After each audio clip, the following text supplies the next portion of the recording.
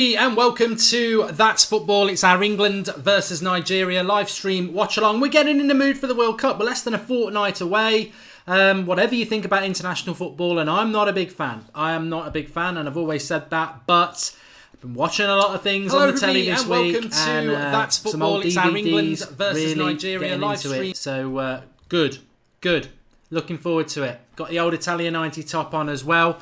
England team looks quite good. You know what? Any England team that hasn't got Jordan Henderson in it, effectively for me, is a good team. And we haven't got Jordan Henderson in it, so that's good. It looks like it's... I mean, Southgate does want to play a certain way. I mean, it's the reason Chris Smalling's not part of the team, isn't it? He doesn't want... He wants players, whether he's right or wrong, he wants players who can come in and out of the ball with the back. And, so in goal, Pickford. Hopefully that's his first choice. Got rid of that Joe Hart era, banter era gone. Trippier and Young look like they're wing-backs. Walker playing at the back with John Stones. And I think I'm right in saying Cahill. And then you've got Dyer sitting in front of the back five or whatever it is, with Lingard, Ali, Sterling and Kane. And I think that's probably the best way that England can go about this. I don't give England any hope, but I think realistically international football isn't the same as the Champions League. I've already predicted I can see Jesse Lingard having a really good tournament. That doesn't mean he's Manchester United first team quality or top 4 first team quality. I just think international football isn't that great, and if England can sort their team out and find a way of playing, who knows? So we're not all... I nearly said we're all English here. We're not, but obviously I want England to do well. Of course I want England to do well. They're a country of my birth. I nearly went Irish there, but they are. But I love the World Cup anyway. I love the World Cup, and I have to be honest about that. I do love the World Cup. The Euros, you always pretend you like the Euros, and I do like the Euros, but it's always the World Cup for me. And some happy memories of it over the years, some bad memories of it over the years as well. But very, very much looking forward to it. And a little bit of change with the thumbnail as well. I'm glad people have noticed that. Good. England have got no chances, Louise.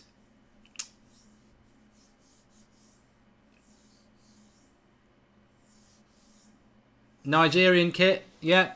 Well, me and Matthew McFadden are on the same page with this. I just don't get it. I just don't get the fascination with the Nigerian kit. Now, granted, I probably wouldn't look very good in it. But green is not my colour, really. Although that's football colours are green.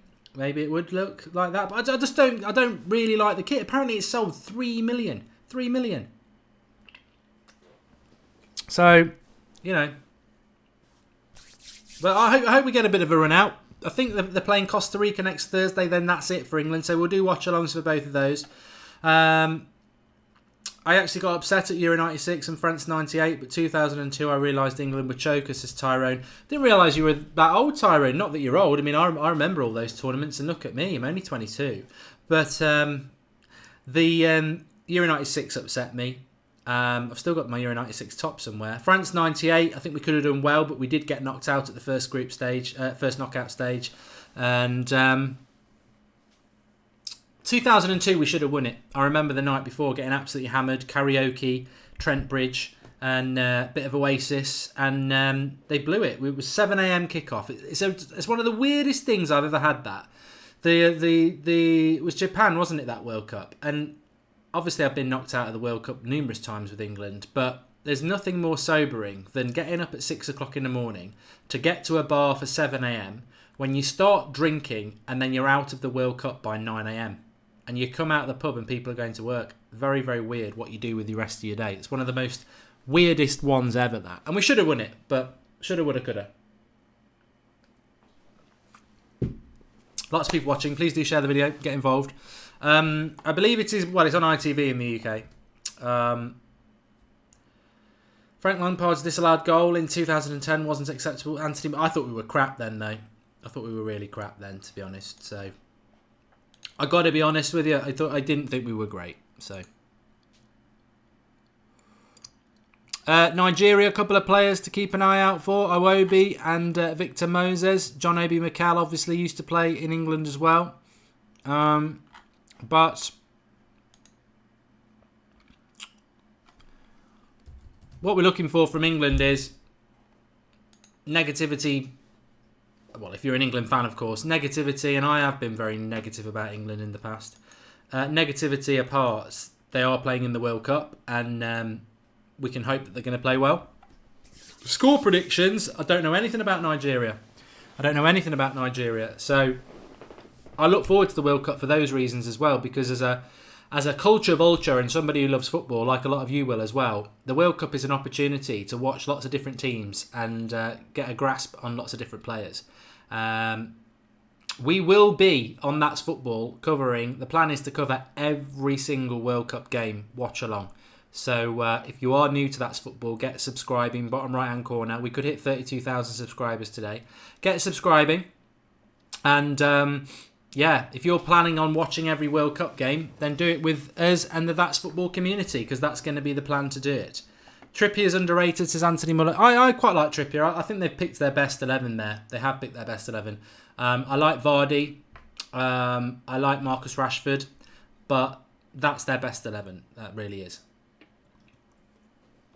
Sterling's had a good season. Lingard's had a decent season. Dyer's the best midfield holder they've got. And Dele Alli on his day is one of the best players we've got. And obviously Harry Kane's very good.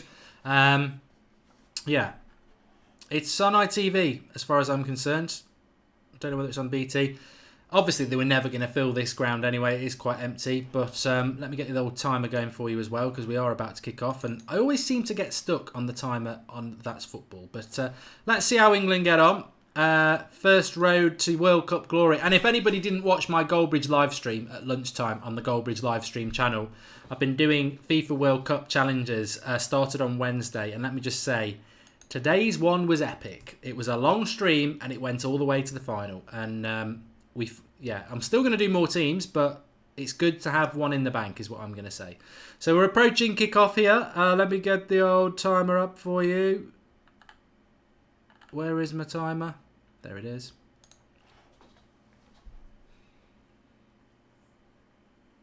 Harry Kane, England captain, I think is a good choice as well. Gives him that responsibility. But you know what? The sun is shining in England. The World Cup is about to start. And they're going to do a dedication to Ray Wilson, who was an England winning left back. Died this year, not too long ago. And Ray Wilkins. So sad. But the World Cup is coming. The World Cup is coming. And it could be an absolute shitfest, to be honest. It really could. But nostalgia will pull you into the World Cup. Whether it's sticker books, you really remember memories. We will all be, or the vast majority of us, will get suckered in to the World Cup. So very excited about it. Loads of content planned on this channel for you. You're the ones who drive it. So please get involved and share videos, subscribe and everything like that. And I'm looking forward to a really good World Cup with you lot. We'll have Xander involved. He's just taken an early holiday. You know, he needs a bit of a rest. He's not a hard worker like me. But I'll have my holiday after the World Cup. But really looking forward to it. It's going to be a really good few weeks. Lots and lots of teams to watch.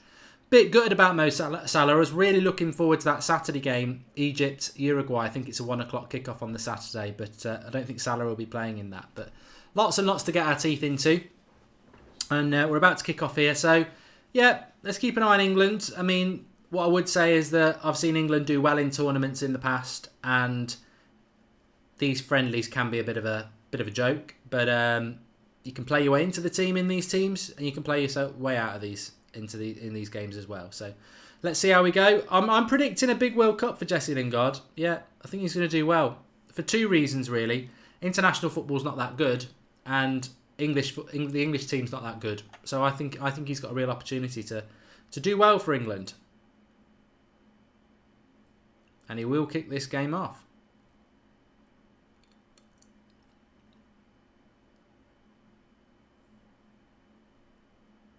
Go on, ref. It's only a friendly. Ashley Young playing as well. Yeah. Will he be the first choice left wing back over Danny Rose? I mean, they've really struggled, England, haven't they, in those positions this season, to have to take two players who really haven't played that much. Wow, we've shot up with the amount of people watching. 960 people. Please keep sharing it. Get involved. Clash of Kits. Well, we're watching the great Nigerian kit. Everybody loves it. Me and Matthew McFadden, we're on the same page. I just don't get it, but nothing against it. It's not for me. But Flex loves it. Draughty loves it. A lot of you do love it. 3 million they've sold as well, which is, just shows you, doesn't it? Nigeria will be loving that. And you know what I do hope it does? I hope it actually... I remember when I was at school about 15, 16 and England just keeping it around the back at the moment. 15, 16, I actually did do GCSE art, and a lot of my art classes was just spent designing kits. I just used to love designing kits. And I know the kits, when you look back around the mid-90s, were a bit dodge, but they were always had a lot of design emphasis around it. And I think they've gone very boring and minimalist over the last few years. So maybe, and in fact I guarantee you, a lot of suppliers of these kits now will be thinking, we missed a trick with what Nigeria have done. They've absolutely owned it. So many people have bought that kit. So we might see some different designs coming in.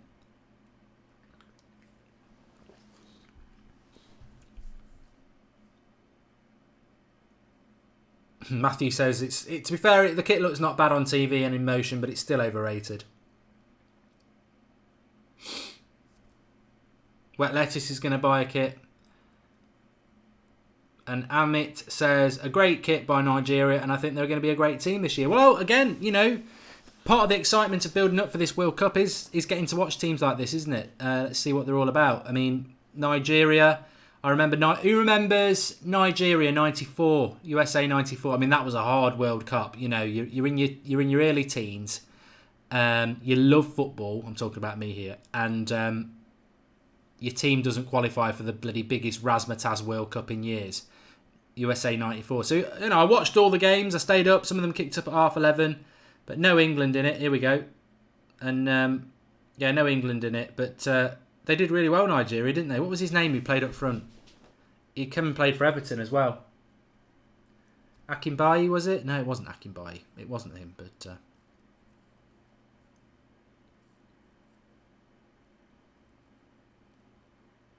it's sold out, that kit, apparently, says Kieran Byrne.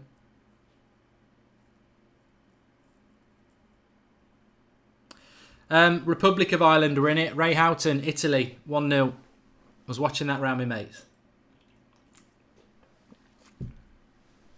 My score prediction, I think England will win 2-0, yeah. Tell you what, though, if anyone's played FIFA 18, England are bloody good on that. They pressed the hell out of it. So I'm interested to see if they've got that accurate. Harry Kane just coming down the right-hand side here. Daniel Amakachi, says Lakeside Ola. That is the man. That is the man. Didn't he do like a dog going for a toilet celebration? Here we go. Dele Alli. He's going to have to put that out.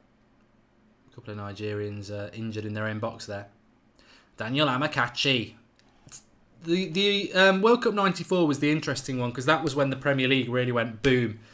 It'd only been running for a couple of years. And it was really the USA 94 World Cup where all the teams started spending money and going foreign. I remember Tottenham with Dumitrescu, Petrescu and Klinsmann. Amakachi came obviously to Everton. I can't remember how soon after the World Cup that was, but that was really the tournament that it all kicked off big time. So a little bit of an injury here at the moment.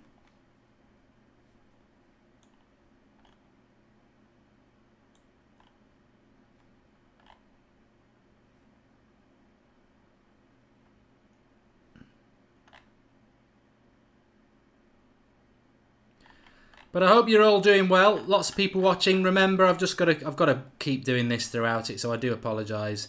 We will be doing the World Cup watch-alongs for all the games. So if you are, I nearly called you sad, which you won't be because I do it. If you're watching a 1 o'clock game on a Thursday afternoon, join us on That's Football because we'll be having the live comments, the chat, the banter. I mean, some of them games are going to be tough, let's be honest. Some of the games are going to be hard work, but some of them will be good. England have got a free kick here. I don't know why we got a free kick.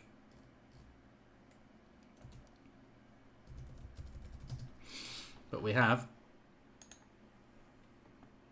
I'm going to go through some of the games in a minute to start building this. Aaron says, how you doing, Mark? I'm good.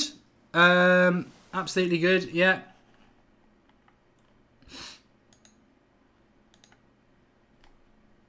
I'm just having a quick look. Matthew's there, the moderator. I'll try and help you out a bit, Matthew. I've seen a few things that we need to remove, but thanks for that. Decent free kick there from Trippier. Strings to Trippier's bow. Nice little free kick here. Gets it up and over the wall.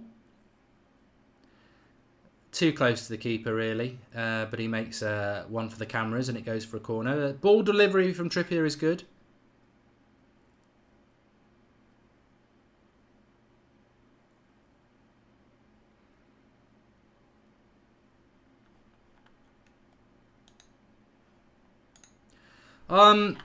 I suppose we're quite a new channel on That's Football. I think I always assume that the community sort of figure out what a watch-along is, but obviously some people still don't. Oh, what a goal! Lovely goal from England. Cahill, delivery from Trippier. Oosh! Gets on it. We'll have some of that in the World Cup. I tell you, we will have some of that. Really, really got up well, Cahill. Unstoppable into the top corner. 1-0. Nice start from England. And, get a bit of team morale going. Get a bit of buzz going. This is the main thing. Lovely delivery by Trippier. Oosh! Cahill, top corner. They've got a man on the line as well. And that's good. Lovely stuff. Really good goal. You can't knock it. Lovely. You see, ball delivery is so important. I mean, I support Manchester United, and I know some people in here will obviously support United as well because they'll have followed me over from the United stand. But that's something we never see at United, the ability to put a decent cross into the box. And he got up really well. I don't want Cahill to come to United. No, look, I'm not going to fall into that trap over the World Cup. This England squad, very few of them should be playing top four football. Maybe 2 or 3 of them. So, Cahill's not had a great season, but international football is weird. Tyrone says England love a set piece. I tell you what, Tyrone, in international football, if you're good at set pieces, that can be the difference. But lovely goal from England, and nice to get an early goal as well. They've got to build a bit of momentum.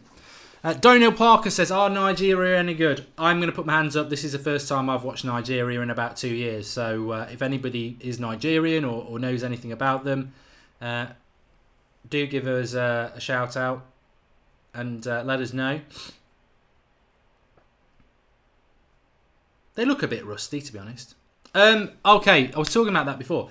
I don't think some people realise a watch-along, right, is when we can't show you the game. That's illegal. So we don't show the game. A watch-along is basically we're watching the game, you're watching the game, you might not be watching the game, but there's loads of people watching the game together, getting involved in the comments, a bit of banter, bit of match chat and all that. That's what a watch-along is. So if you're looking for the real game, that we can't show you the game. That's not how it works. I know some people still do it. They won't be doing it for long, especially with the World Cup, because FIFA clamped down on it. So you can't show the game unless you've got the official right. So a watch along we're not going to show you the game. That's not how it works. So apologies if people are tuning in for that. But to be honest with you, give it 10 minutes. I think you might think it's a bit weird, but you'll probably end up enjoying it. People do enjoy the sort of the interaction and the community feel, because at the end of the day, a lot of you might just be watching this game on your own. There will be moments where you're bored, and if you've got a live comments and things you can interact with, it's good when we build a community that way. Nigeria always come back, says Junior Ugbibor. Sander Sager says he's back on Wednesday. Get excited. Oh yeah, Sander, they'll be banging the door down, mate. All them screaming girls. We've got a big summer ahead, Sander. You know that. The World Cup's going to be big. I was going to talk about that anyway, whilst England passed the ball about. And one thing I would say about Southgate early on, he does like his team to pass the ball about, which is pretty much why Chris Smalling couldn't get in the team. And then they're very energetic and fast in other positions. And another corner here, I think, for England. Yeah, so don't take it quick, Delhi. We've just scored from a corner. Don't take a short one. So it's Ashley Young this time. He can whip one in. Before, I'm just going to watch this actually, and then I'll come back. I want to talk about some of the England, the World Cup fixtures. Gary Cahill-Curran scored for England from a corner. They've got another corner at the moment. Ashley Young's just about to whip it in, so let's see what happens. Nigeria will probably be a little bit more switched on for this. He's overhit that, but Gary Cahill, ooh, he's on the back post, heading it back towards goal there.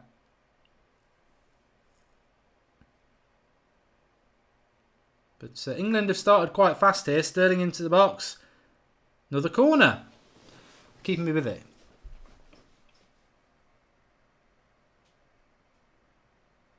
Mark Moon says, I'm looking forward to the World Cup and tuning in regularly to watch your watch-alongs, Mark. It's going to be a marathon to do that. It's going to be a marathon, but...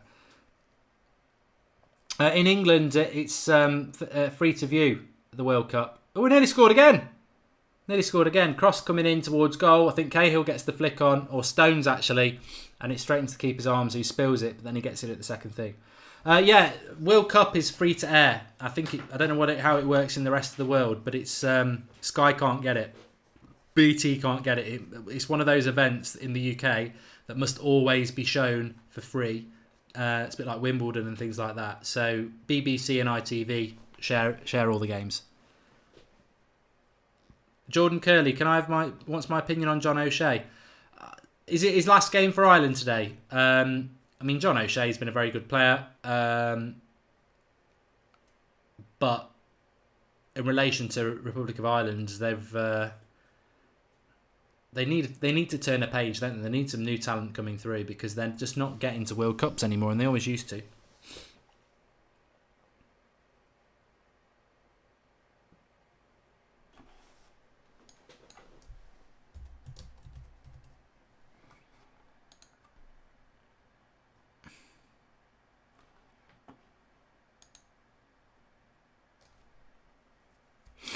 Please subscribe to the channel if you're new. We're trying to get up to 32,000 subscribers today. That'd be cool. Oh, Sterling spun his man. Oh, I'll tell you what, would have been a great goal. He chipped the goalkeeper from the edge of the 6-yard box on the left, and it just went wide. But good start by England. This really good start. Will Griggs won't be on fire. Piviv. That was a crap finish by Sterling actually. But his spin turn is good. And what is good to see... Look, Southgate, I don't know how he got the England job. But I'll take Southgate over Allardyce every day of the week. Because the football you're going to see from Allardyce, at least Southgate wants people to play from the back. He wants us to play quick and press. And that's what you've got to do in the modern game. And he absolutely lives up Pep's backside. And at the moment, that's the way to play football. Formation-wise, we're basically playing 3 at the back, 3 sort of centre-backs. Walker right-sided. Cahill and Stones, Ashley Young as a left wing back, Trippier as a right wing back, Eric Dyer sitting in front of that back 3, Ali and Lingard in front of him, then Sterling off Kane.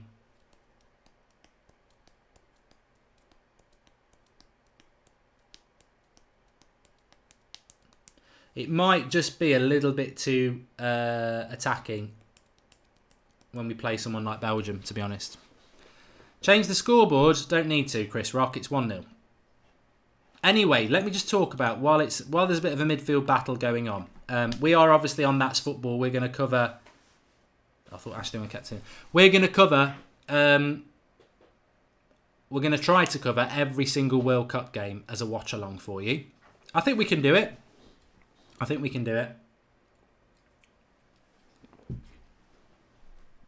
I'm confident we can do it. So, it kicks off the World Cup.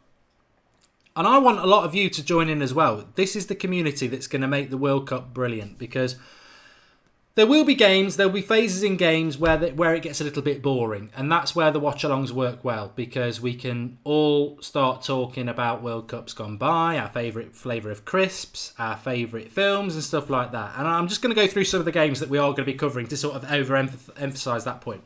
So Russia-Saudi Arabia kicks it off at 4 o'clock a week on Thursday. Yeah, it's not the best World Cup opener ever. I remember Tyrone was talking before.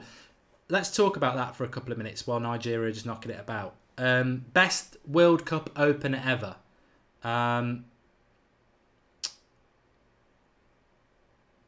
For some reason, I seem to think in 1990 the World Cup opener was Argentina-Cameroon. But I always thought the host nation opened it. That was a weird one. I quite liked France-Scotland opener, 98. But other memorable ones, I don't really remember them. So Russia-Saudi Arabia is probably going to be quite an interesting... I don't think it's going to be quite an interesting one. I think a lot of people will watch it. But we'll probably be talking about our favourite packet of crisps. Because... Russia aren't that good, and Saudi Arabia probably aren't going to get out that group either. So, yeah.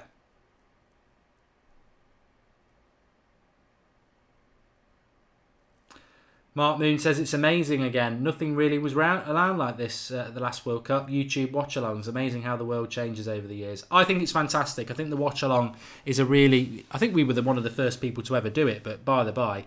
I think it's great. I think it brings fans together in a different, more neutral and open atmosphere where people can not... I like the punditry. I like what people say at half-time and stuff, but it is all a bit scripted. I think what we see in the live comments from you guys is great. Guy Griffiths says the first match in 1990 was Italy 1, Austria 0. I do remember that. Didn't Baggio come on and score? Maybe I'm thinking about the right game there.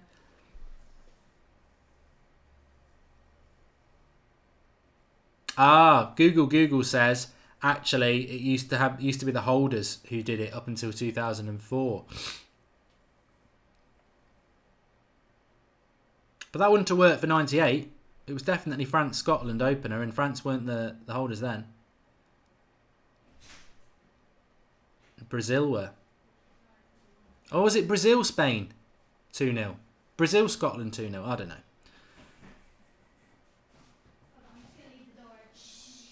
Decent cross coming in there from Trippier again. I tell you what, he's got a really good delivery. He's playing his way in that right back position. Right wing back position. Baggio was another legend. Shame what happened to him in 94. Missing that free kick. Penalty. England have scored Vayan. It was Gary Cahill. Jordan, of course you can be on the Skype show. It's on Monday night.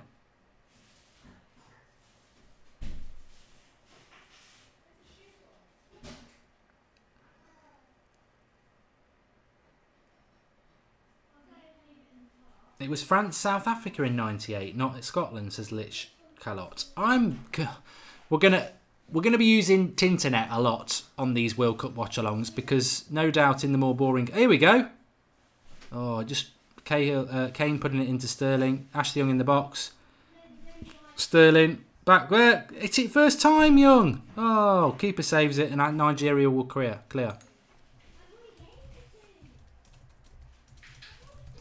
I'm just typing in World Cup opening games. You see, this is how the watch along works. We get we learn things.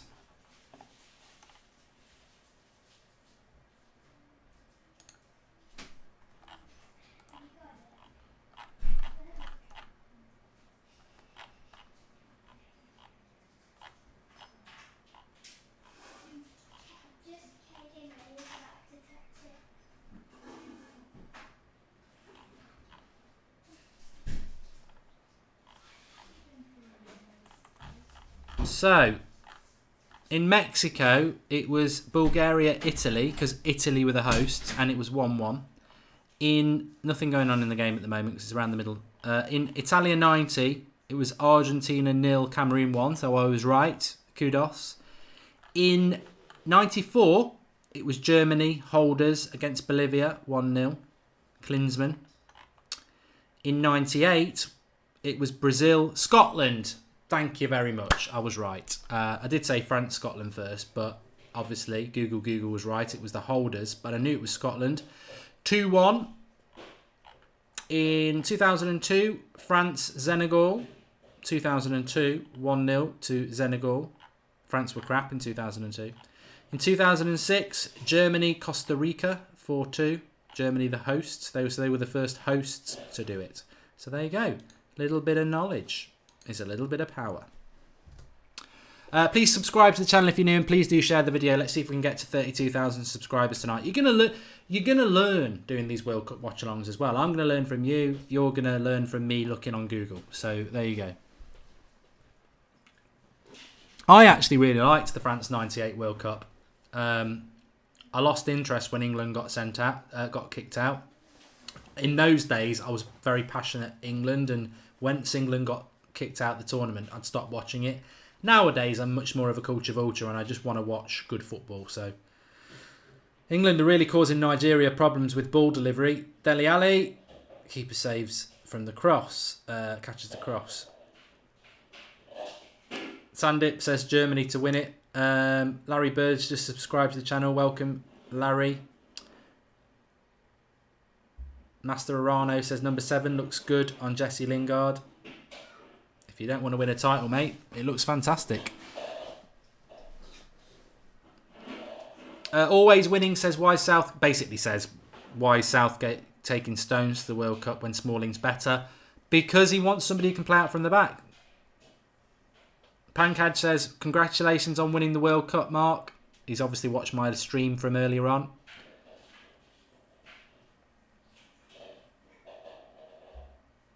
Phil Mitchell says, why the hell is an old relic in Ashley Young in the England squad? He's useless.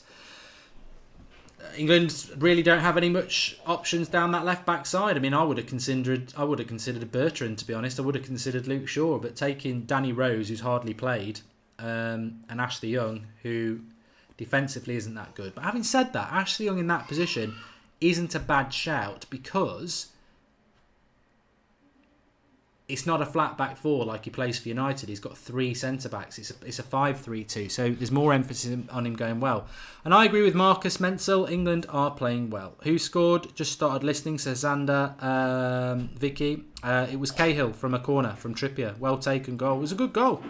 As set pieces go, it was a good goal. And just to talk about the Sterling thing for a moment. I know he's a bit divisive, and I know a lot of people don't like Raheem Sterling and the tattoo thing and turning up late for the team and everything like that. But beggars can't be choosers. We're not Belgium. We're not France. We're not Argentina. You know, we can't leave Icardi at home. We can't leave Nainggolan at home. Can't leave Martial and Lacazette at home. England have got slim pickings, and the reality is Raheem Sterling is probably one of the better players England have got. So it's all right moaning about him, he shouldn't be in the squad, whatever. I don't necessarily agree with that, but beggars can't be choosers, and England's squad is rubbish. Really rubbish, depth-wise. It's going to change over the next few years. There's a lot of youth talent coming through. Manny says, is Dele Alli getting booed? I don't know, mate. I can't hear it, obviously. I've got no headphones in. I'm just watching it without the audio.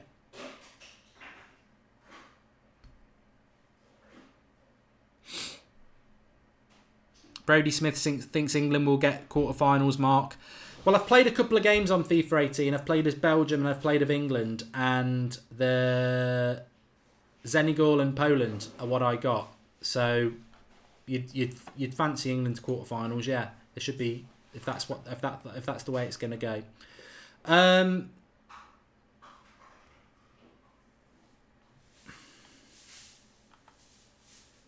just looking what group that is as well. Yeah, Colombia, Poland, Japan, Senegal. One of those 4 England will play, depending where they finish. I mean, Colombia could be difficult. It's a good group, that. Belgium and, Colombia, Poland, Senegal, Japan. I'm looking forward to watching that. So anyway, let's go back. England have just got this in the penalty box at the moment. So let's have a quick look. So the World Cup opens with Russia, Saudi Arabia, which is a week on Thursday at 4 o'clock. So obviously we're going to cover all these games. So make sure you subscribe and get involved in the community over the World Cup and before. Harry Kane's just coming down the left-hand side here at the moment. Bit of an oddball that, but it's... And then on the Friday, so opening day, Russia, Saudi Arabia at 4 o'clock, then there's no other game. And then on the Friday, there are 3 games. Egypt, Uruguay at 1 o'clock, which is the one I was really looking forward to. Suarez against Salah. Doesn't look like Salah's going to be fit for that, but we'll definitely be live for that. 1 o'clock on the Friday. 4 o'clock on the Friday, Morocco, Iran. Have some good topics ready for that game. I'm thinking best film ever, best kit ever. You know, we'll need a few topics for Morocco-Iran, I think. 4 o'clock. And then on the evening, we won't need many topics for this. Portugal versus Spain. That is the pick of the first couple of days, isn't it? Portugal, Ronaldo, Spain with all their stars. Then Saturday, 11 o'clock in the morning, France, Australia. Looking forward to that. France, well fancied. Australia, you never know. You never know. 2 o'clock on the Saturday, Argentina versus Ireland. Let's see what Argentina are all about. I don't expect much from Argentina. Quite fortuitous to actually be part of the World Cup. Despite all their talent, they nearly missed out. 5 o'clock, Peru, Denmark. As somebody who's a culture vulture of football, I'm quite looking forward to that game. And then Nigeria, Saturday night, will play Croatia. So, apart from Iran, Morocco, some decent watching there. 1 o'clock on the Sunday, Costa Rica, Serbia. Milinkovic-Savic, Matic, Costa Rica, 1 o'clock. 4 o'clock, Germany, Mexico. I'm really looking forward to that. Really looking forward to that. Nigeria in here. England have cleared. Yeah, with Spain and Portugal, Germany, Mexico is my real one I'm really excited about. Germany, probably everybody's favourites. Mexico are a decent team, as people will testify who watched my Goldbridge live stream when I did Mexico yesterday. We got to the quarterfinals, and I think we were a bit unlucky, to be honest. And then 7 o'clock on the Sunday night, it's Brazil versus Switzerland. So Sunday's looking like a good game, as good day as well. We'll go through those at the moment. David Tapgun says, everyone chill. It's 1-0 on the 25th minute. Yeah, I'm enjoying this. I'm getting in the World Cup buzz. Who's in the World Cup buzz? Oh, please do drop a like on the video. I've just realised we are nearly level for likes and dislikes. Farfan for Peru is underrated, says Anthony Muller. And Kieran Heinsom says he's going to miss the week's 1 p.m. games due to school. I was going to have a look at that in a minute, Kieran, actually. Serbia will be the dark horse of this year's World Cup, says Mark J. I just think, I've said this before as well. Kane's kept that in. Well done. Good battling from me.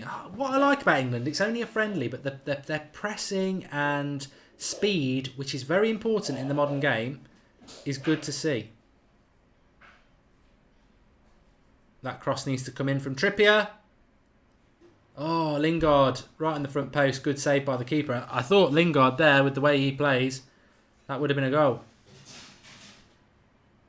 Lovely little build-up play. Lingard with his running off the ball. Trippier again. Trippier's ball delivery is something else. It really is.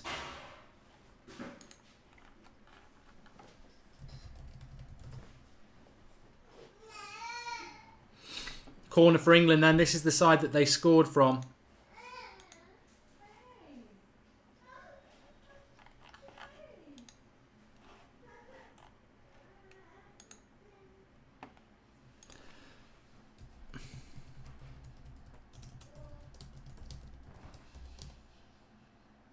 And they've got it clear there.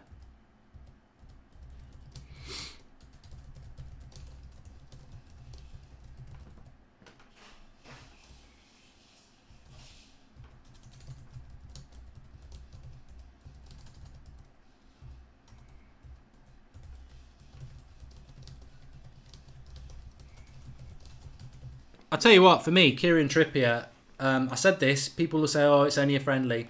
Kieran Trippier, for me, has shown why he needs to go to the world. He needs to be starting in the World Cup. His ball delivery is probably the best I've seen from a player since Beckham.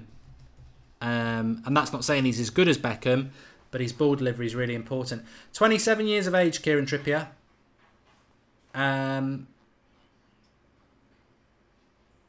Doesn't always get his game for Spurs because of the French guy. But England are pushing and pushing. Serge Aurier, who I don't think Aurier is part of the French squad, is he?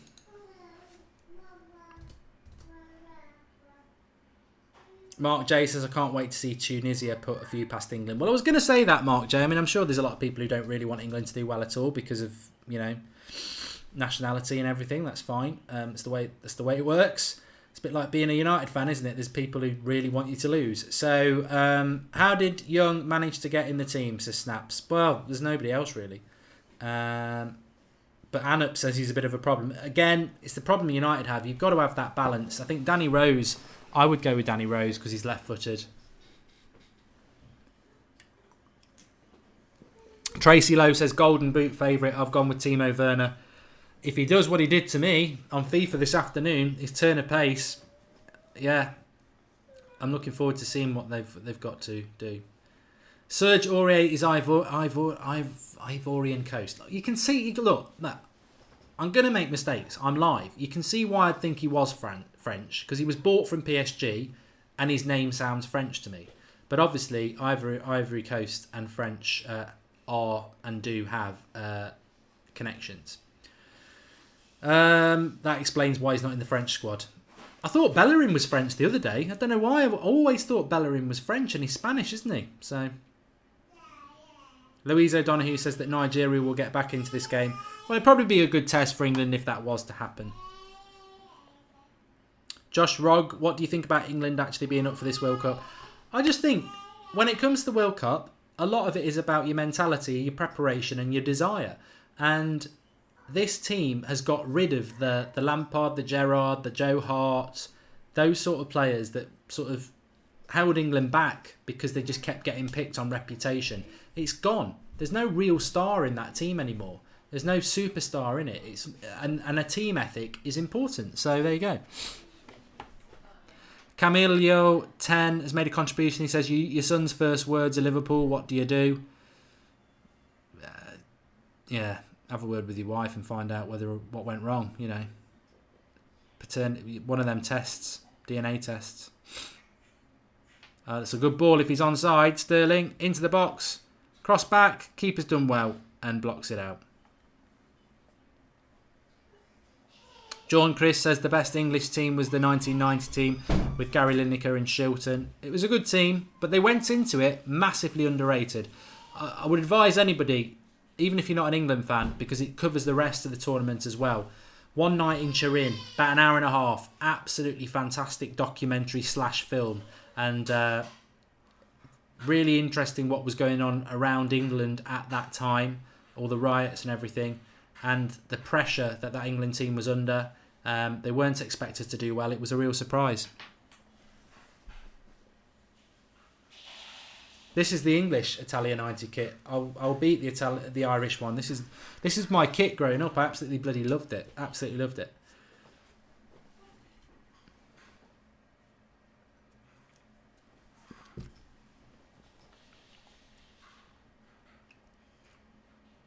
Little Miss Nintendo fan says Italia 90 was the best World Cup. The thing is, I agree with you, but there's a lot of people who won't have been born anywhere near it. And they'll be like, what you on about? But Italia 90 was just absolutely brilliant to live it. It was brilliant. I mean, I was only a kid. Certainly wasn't in my drinking days anywhere near it, but I remember it so well. But England have done well. They've done well in this game.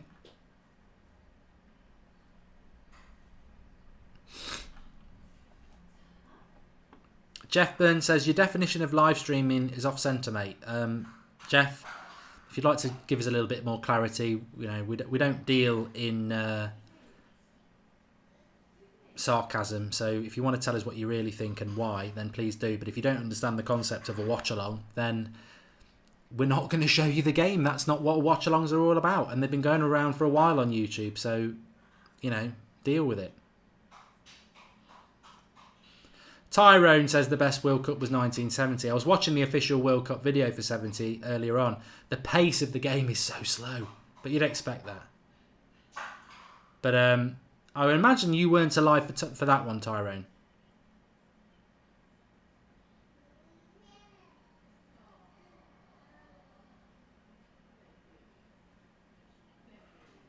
I think Google's right. I think the thing about Italia 90 is, as a tournament, it was a bit dull.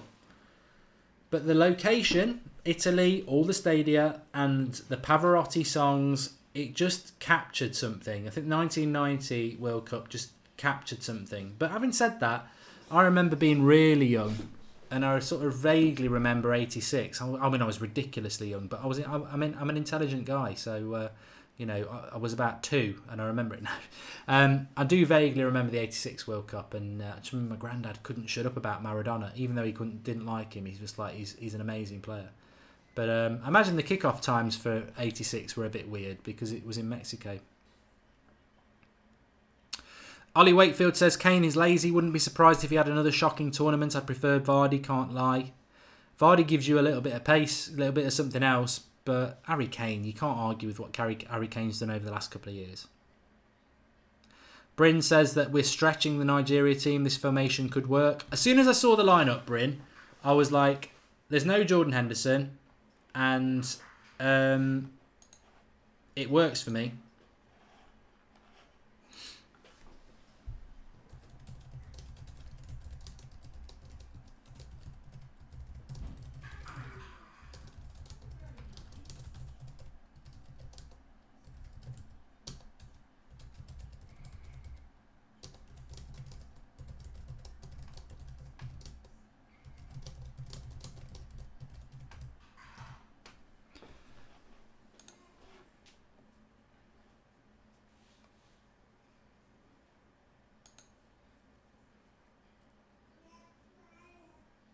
Michael Foley, I was absolutely gutted. Here we go. Sterling into the box. Over the bar. It's the thing about Sterling, whenever I see him in an England shirt, he does sort of okay, but then some things are just absolute crap. You see him in a Man City shirt, and it's boom, boom, boom. But yeah, I was gutted when Roy Keane left the World Cup. I lived in Ireland for 3 years. In fact, I'd only just moved back from England. I'd literally moved back in the May, and the World Cup was obviously in the June. So I'd spent the last 3 years living in Ireland and wanted them to do really well. And Roy Keane got sent home, and I was just like, my favourite player as well.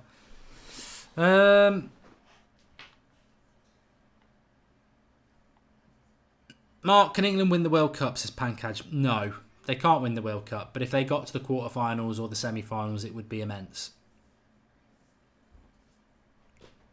Google. I'll tell you what. I'll tell you the year, month, my social security number, my bank account details, everything. I'll tell you in a minute.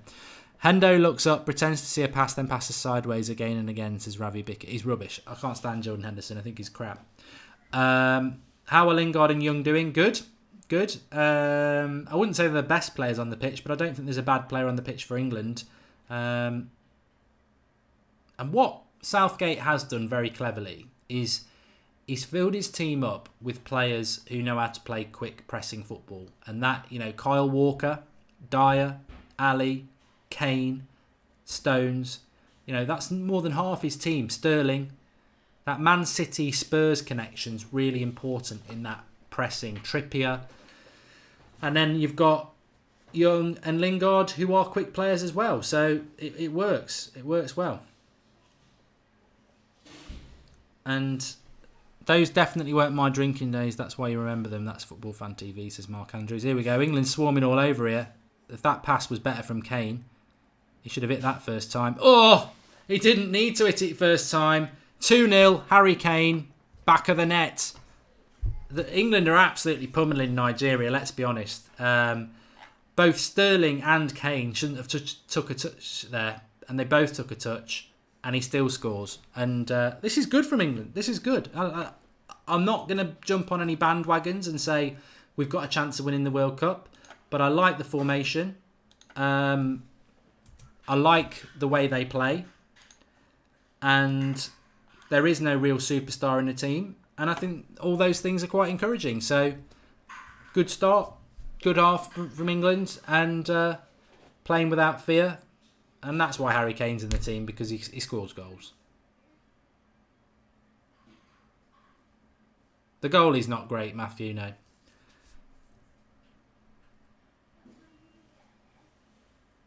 It's very, and actually, Matthew raises a good point there. It's very stereotypical, because over the years, people have said, the trouble with African teams is that they never really seem to be able to get a decent goalkeeper. And remember, Pele famously said that a team from Africa would win the World Cup by, I think he said it by 2000, to be honest. And I think African teams in general have regressed. When you think about Cameroon 1990, Nigeria 94, They have gone back a bit, but I don't know about that. I mean, I'm trying to think goalkeepers African that are like considered to be really, really good, and why. Maybe it's in the coaching. There's no other reason.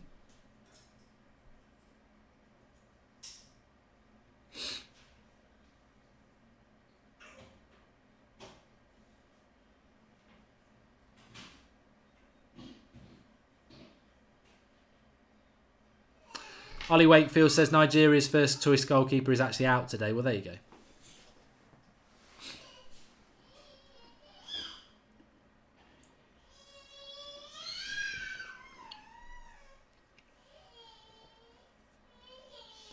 I actually think Pele's statement about African football was just premature.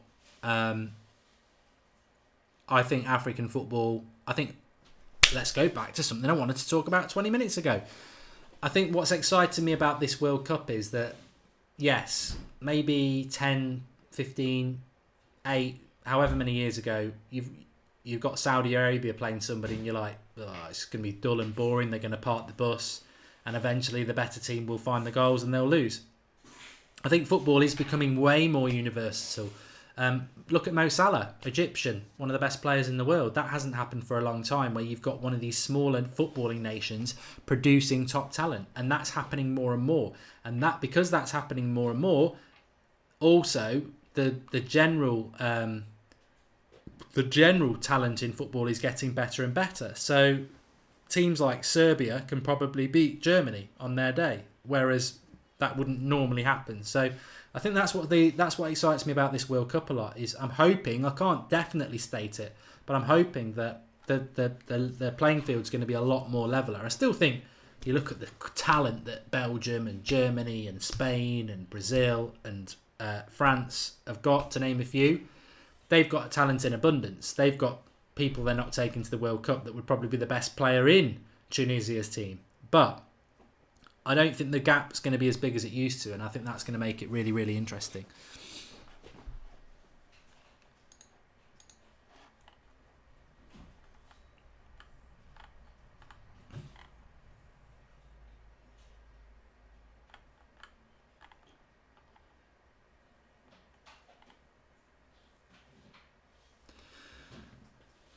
Kieran Burns says Ghana for the World Cup. They're not even in the World Cup, are they? African teams in the World Cup. You've got Egypt, Morocco, Nigeria, Tunisia, and Senegal. Who do you think is going to be the best performing African team? I mean, I don't think any of them are going to win it.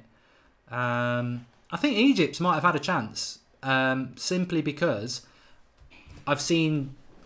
we saw it with Liverpool. You know, you can, as long as you've got a half decent side around you, an individual can make you win it. I remember the group of death, Leela George. They called it the group of death in, what World Cup was it? Here's a question for you. Was it 2002? Ivory Coast were in it. Let's go to Google.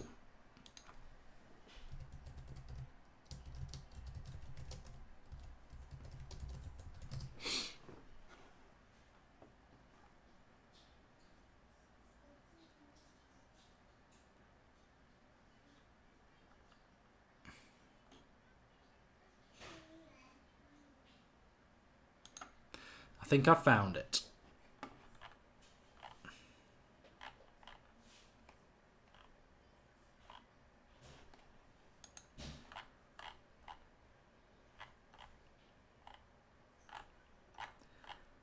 (2006) World Cup it was. Argentina, Netherlands, Ivory Coast, and Serbia and Montenegro. What a bloody group of death that was. And that's what can ruin your chances. 2014, I remember this. Spain, Netherlands, Chile and Australia. You get put in a group like that and it's a nightmare. Decent shot there from Moses. Pickford dealt with it simply. David Angagbod says Senegal or Egypt because Salah and Mane are in them.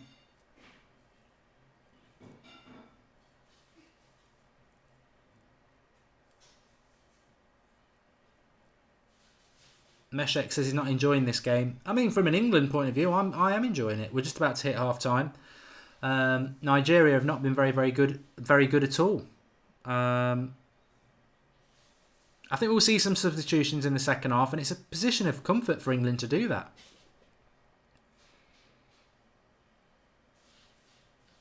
I think Nigeria have just suffered with... they're just so up themselves. You know, they're wearing the best kit in the tournament, and they're just... all they're bothered about is what they look like. I'm joking. I think Nigeria have just suffered with... and FIFA have got it right. I was like... every time I play England in FIFA 18 on the World Cup edition, I'm like... why are England pressing the life out of me? Why have England got so many players around all the time? And actually, you look at their formation and the way they're playing, and they're actually very accurate. I think Nigeria are probably just maybe their fitness levels aren't where they need to be, and they will be for the World Cup.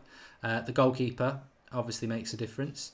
But England are obviously a little bit further ahead of them at the moment.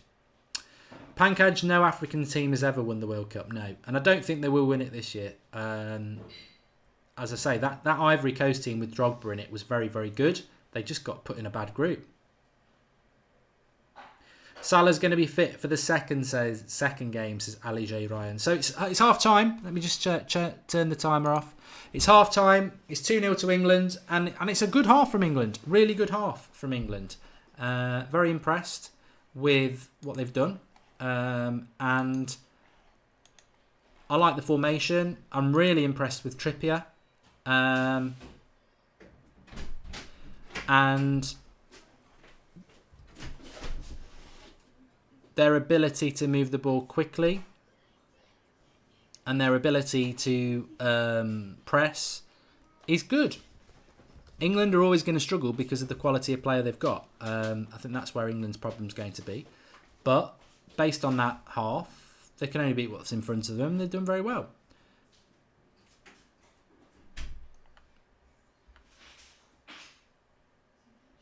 We've gone past 32,000 subscribers, which is fantastic as well. So thanks everybody who's got involved in that. Remember, we are doing every single World Cup game, which I'm going to talk about the World Cup in a little bit more depth in a moment. Anthony Muller says the Ghana team of 2010 was great. I think the trouble with African football, and it's a sweeping statement I'm about to make, is experience. Take Liverpool, for example. I don't think Liverpool can win the league next year, as long as somebody challenges them, and assuming Liverpool do challenge for the league. Because I think, unless you're like Leicester, where no one challenges you, if someone challenges you, you're in that situation where you've got to have experienced the challenge to then know what to do. And I think that's the problem that African teams are going to need. They're going to have to get to latter stages of these tournaments and experience that before they win it. 3D Vengeance says, your thoughts on Ashley Young? I just think they need a left footer. I think they need a left footer. That's what they need. I've been very impressed with Trippier, wet lettuce. Very impressed with him. He should play more for Spurs. I know he's played quite a lot, but I think he's a very good right back.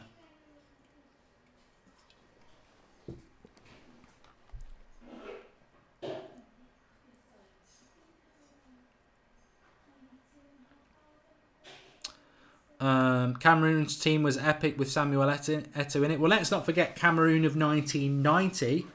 England played them in the quarterfinals, and England nearly got knocked out. And they would have been the first African team to reach the semis. Germany probably would have beaten them, but England, it was at times it was pretty nerve-wracking. That I think it went to extra time actually. As I say, watch the documentary One Night in Turin. It was brilliant. Man of the match so far, says Joseph Robson. For me, definitely Kieran Trippier. Absolutely fantastic performance from him. Remember, it is half time, so I'm just going to plug the channel again and say, if you're looking forward to the World Cup, if you're excited about the World Cup like we are covering every single World Cup game as a watch-along like this. So we'll go live for every game, we'll have the live comments on, and we'll be interacting with each other and talking about it. So bottom right-hand corner, click the subscribe button, and there's a bell underneath it. Click the bell, turn all your notifications on, and then when we go live, you'll get a notification on your phone or whatever like that. When is Soccer Aid rated review? Is that next Saturday? We might do a watch along for that. We might do one.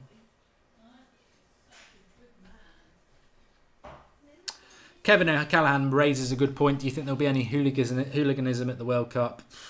Well, considering at the Euros, it was all allegedly Russian fans causing that. They've got it in their own backyard.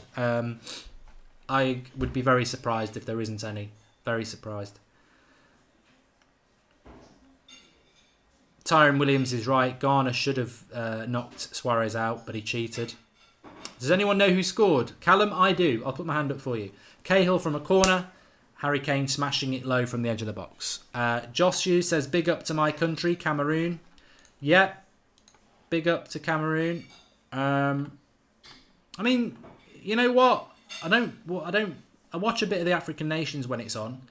But what is the state of African football at the moment? You've got, like I say, you've got Senegal, you've got Tunisia, you've got Nigeria, you've got Morocco, and you've got Egypt as the 5 representatives from Africa. Where is Cameroon? Where is Ghana? Is it just really competitive? Or is it the cycle of teams that are doing quite well? Ivory Coast, I'm surprised they're not there. But there are others as well. South Africa have traditionally been there as well, haven't they? So competitive, I suppose. Competitive nature of the African states, the African countries.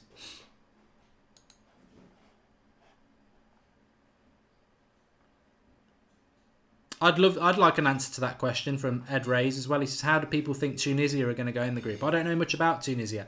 I don't know much about Panama either. But Panama are at the World Cup from the same group that America are in. So how has that happened? Are Panama better than America?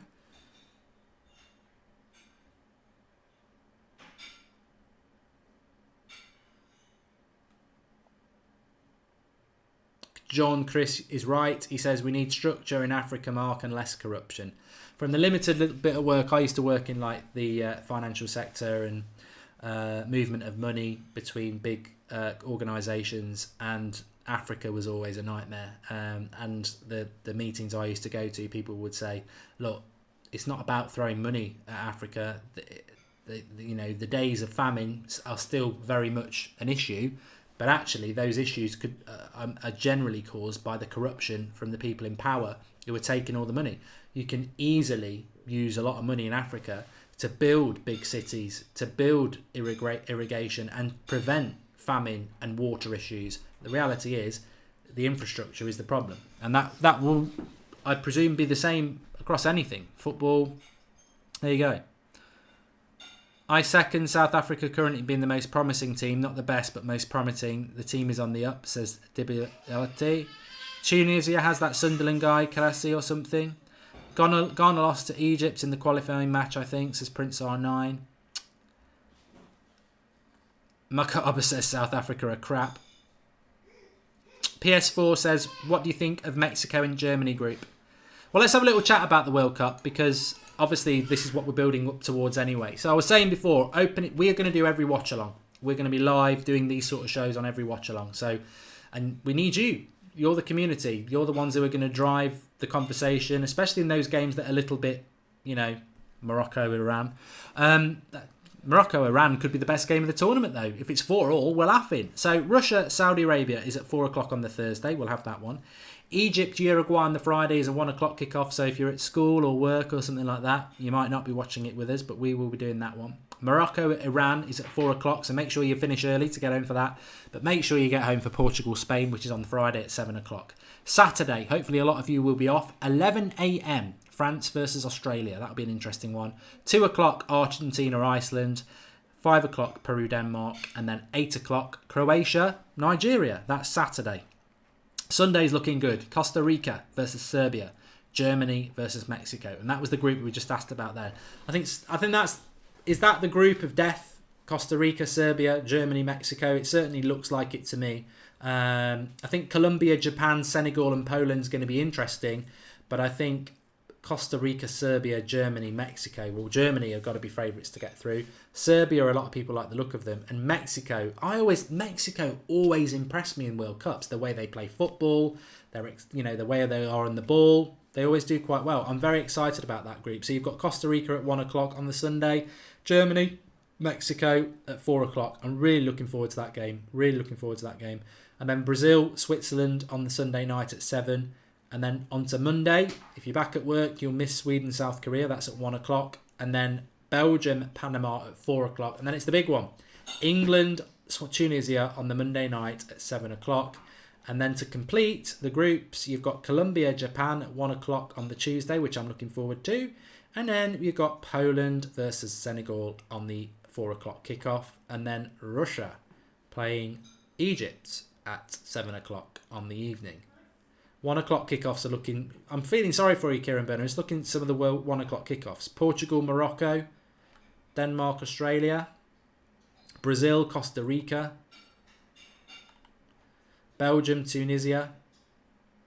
England, Panama's at 1 o'clock, but I think that's on a Saturday. I think it's on a Saturday. So lots of good games. I was a bit worried about this World Cup because I was thinking, Haha Banter says he's going to watch every game on the World Cup. Well, make sure you're watching them with us, Haha Banter. Get subscribe, bottom right-hand corner, and get involved on the live comments. It's going to be a marathon. I'll be keeping an eye out to see who's here every show. I'll have to give you a can of beans or something if you do it. But, yeah, I just think it's... I'm a lot more positive about this World Cup than I wasn't, because when you've got no Italy, no Holland... No Chile, no USA. I was like, there's bound to be a load of crap in the World Cup then. But actually, there's not really any groups that you go, that's definitely going to happen. That's definitely going to happen. I think there's an opportunity for everybody. George Kyle says, get a bet on Spain to win the World Cup. You heard it here first. Yeah, I wouldn't have agreed with you on that, George, actually. But having seen Spain, I think they've moved away a little bit from this tiki-taka crap that they've always been on about for years. And they seem to become a little bit more mix-it-up balanced. So, yeah, they could be quite good. Germany, I don't want Germany to win it again because I'm never a big fan of back-to-backs. I would love to see somebody new win it, but France isn't somebody new win it because they've won it in recent years. Obviously, Germany aren't new. Spain have won it recently. When was the last time Brazil won it? 2000. Brazil are my sort of outside bet to do it, and it's weird to say outside bet, but they're not a superpower anymore. And obviously, they've never won it outside of. Well, they've never won it in Europe since '58 in Sweden. So.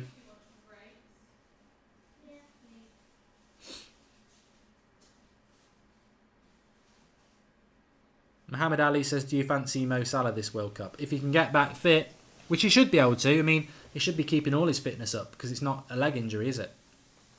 Germany versus Brazil for final, says Susan McKerney. Brazil last won it in 2002. Charlie Willis, come on England. Belgium. I'd love Belgium to win it. Google. They won't because Roberto Martinez is just not a winning manager. I don't think France can win it with Deschamps. I think they've got the players, but I just don't think they can win it. So if I'm saying France and Belgium aren't going to win it, and I don't want Germany, Spain to win it, I can't see Argentina doing it. Brazil are my outside bet, and then you're like, well, no one else is going to win it really, are they, to be honest. France looked good against Italy last night, but then again, Italy had Balotelli up front, says Jay Hart. Based on squads only and not management, Brazil, Belgium and Spain, says Michael Nicholas. Well, I won the World Cup today. I've kept it quiet, but no, my channel, Goldbridge Livestream, I've been doing some of these World Cup challenges. I couldn't get Brazil out of the group. I took France to the quarterfinals. I took Mexico to the quarterfinals. I took England to the first knockout stage. But I won it with Belgium today. So, whether that means anything or not, I don't know. Kabuta Yakushi says, tiki-taka is crap. How about parking the bus? Well, I don't like parking the bus football either, but I don't like tiki-taka. And you know what? When I'm saying tiki-taka, what I don't like about tiki-taka football is, oh yeah, it's great the way they keep the ball and they pass it around and they pass and they move. But the tiki-taka football I'm talking about is the inability or reluctance to actually just put a cross in the box every now and again. It's this persistence of trying to pass your way through. And you know what? Of course, it should be recognised and appreciated and respected. But I like teams that actually can have a few strings to their bow.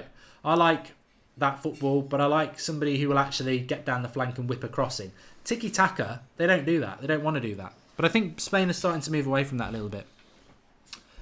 Kieran Burns says, I've got Argentina at 20-1. Argentina are either going to smash this tournament and cause a massive shock, or they're going to do what they did in the qualifiers and not be that good. Messi never turns up as well, does he? Do Portugal have a chance? Well, they won the Euros. I don't know much about the Portuguese team. Ronaldo, obviously, but what's behind Ronaldo? Have they got good enough players?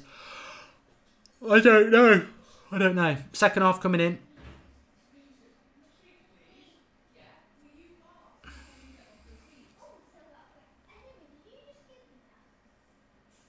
Kieran's going to be here every game apart from 1 PM games Monday to Friday. Well, I'm looking forward to it, and if you can join us and get involved, that'd be great. If you are new, please subscribe, bottom right hand corner. Hopefully it's going to be a great World Cup. Haha Banter says Portugal will not get far. I mean, I think Portugal's big problem is they could be playing catch up very early on, because when you look at the squad that put the group that they're in, they're playing Spain first. If Spain beat them and Morocco beat Iran, or Iran beat Morocco, then Portugal have got pressure in both those games. I mean, you'd expect Portugal to beat Morocco and Iran, but they might have to do that because they're playing catch-up after that first game.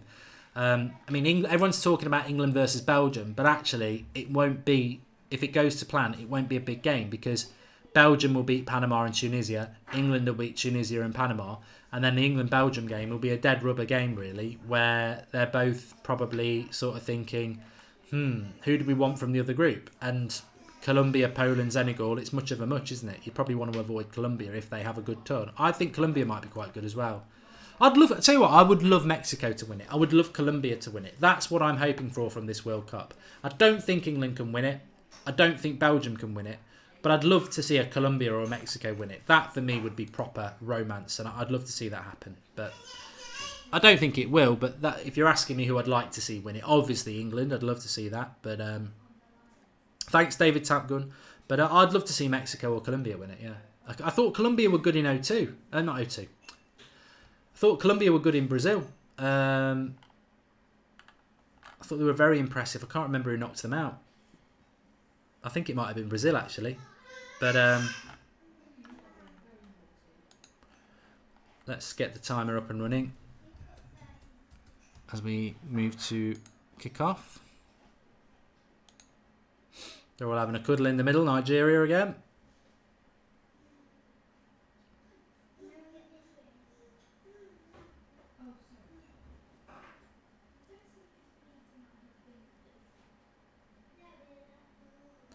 Come on, ref. Get it up and running. So I predicted 2-0, but England have done a lot better than that. Look how high the England line is, though. You want some playing a high line as well, which obviously, if you play a high line, it facilitates the press, because you've got more players higher up the pitch. It's simple, and it's effective.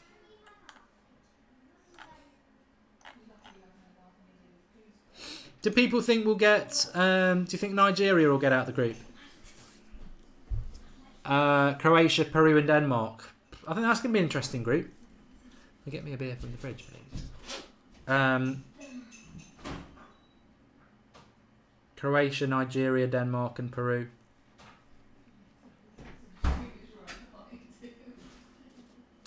Denmark, Eriksson.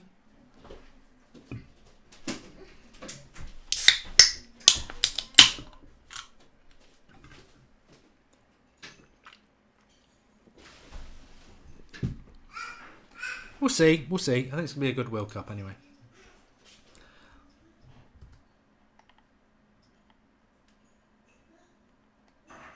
Joy Deep's watching Arnautovic versus Germany. Oh, God. I hope he doesn't come to United.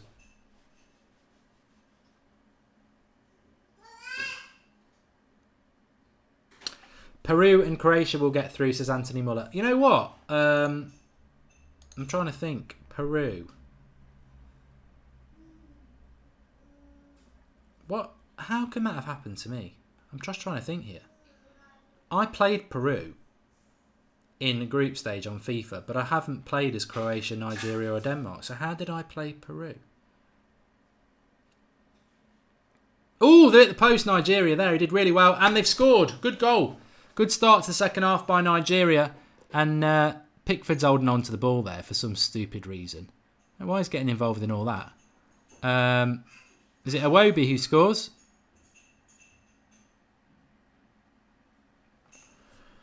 Well, he did the ball over the top to start off with. And it is Iwobi who scores.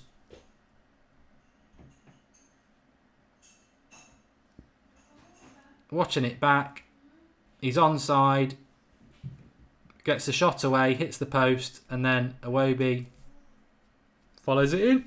Good goal for Nigeria. That was a good goal. Let's be fair. Good goal. The first shot deserved the goal anyway, so fair dues. You know, this is all good for Englanders anyway now, because they're going to get a little bit of pressure, and nothing wrong with that. Nothing wrong with that. Iwobi scored.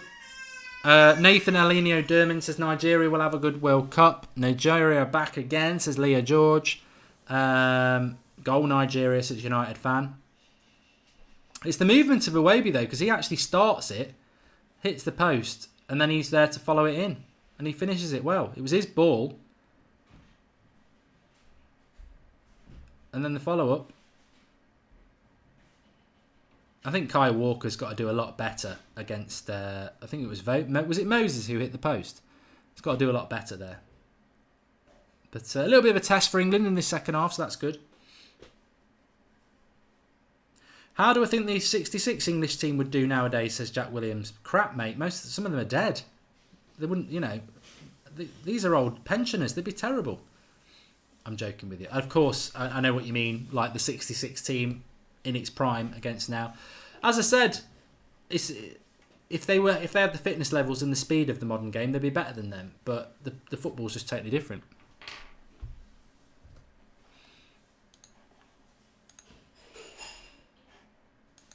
So Nigeria have certainly come out second half with a bit of intent. Maybe they're going to burst that bubble.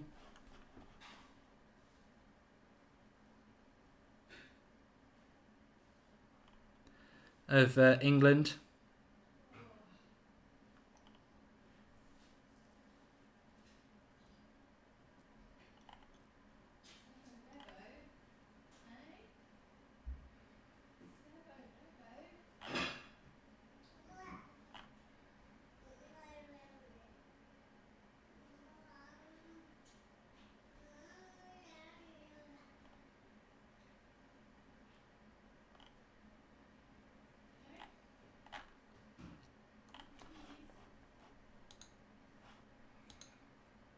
Well, it's all Nigeria at the moment, which, from an England point of view, is probably quite good because they need to learn, you know, it's not all going to go their way. They're definitely going to have to defend a lot. Harry Kane nearly got sent back to, well, no, he plays at Wembley, can't think. But Trippier did well. Sterling turn here, really good, really fast pace, loses the ball, gets knocked off the ball, doesn't get a free kick, isn't very happy. I don't think it was a free kick. Brian Holdcroft says Nigeria play with a lot of passion. Well, that's good. It's good.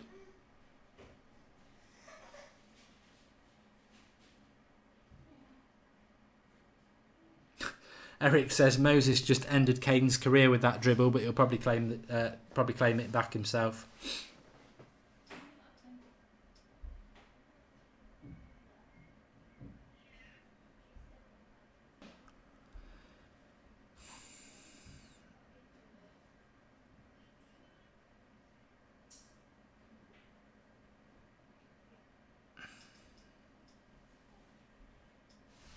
Olu says, please see Nigeria versus Argentina replay before you continue commenting about Nigeria team. Well, Olu, not everybody will have seen that game, so if you could just let us know what you mean, that would help. You know, people haven't got a magic mirror to look into. So I'm sure you've got a good point, but let us know what it is.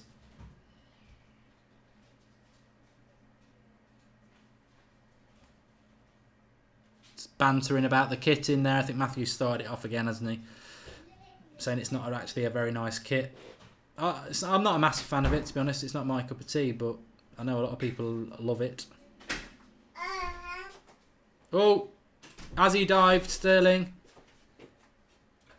He's going to book him. It was a dive. I thought it was a dive by Sterling.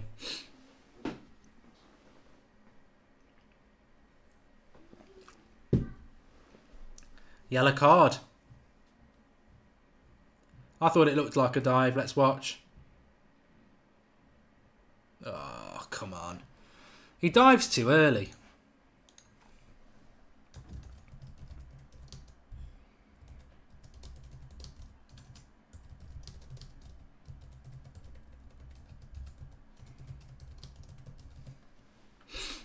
He doesn't do himself any favours though, does he? He absolutely does himself no favours at all. You know, he's a divisive figure and then he's doing stuff like that. He didn't need to dive.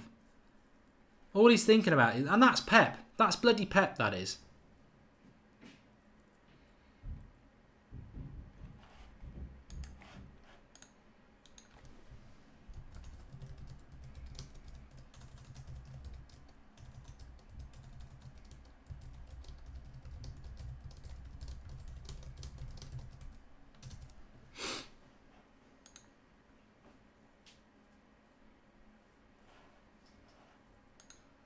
Good second half though. 7 minutes in. Nigeria have got a goal back.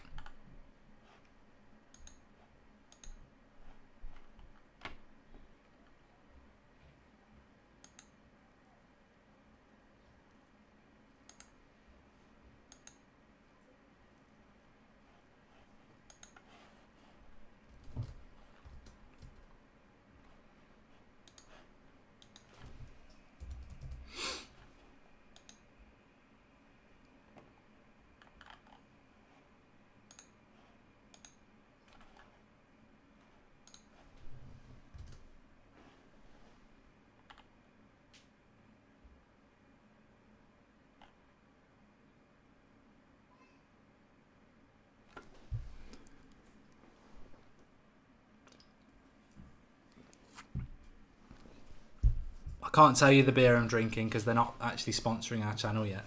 No, I'm only joking. Can't tell you because you'd laugh at me.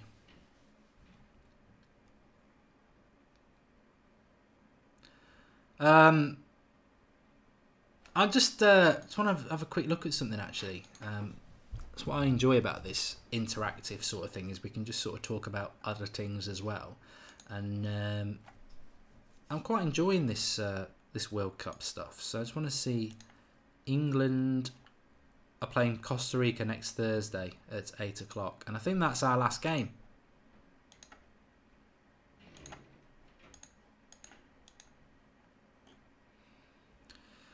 But Belgium are playing Costa... Why is that our last game when Belgium are playing Costa Rica and... a bit weird. Yeah, so we'll do that next Thursday at 8 as well. Why not? Why not? Olu says, okay, Nigeria recovered 2 goals down against Argentina to win 4-2.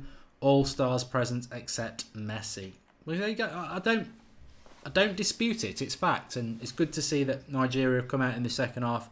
Maybe they were just a little bit sleepy in that first half.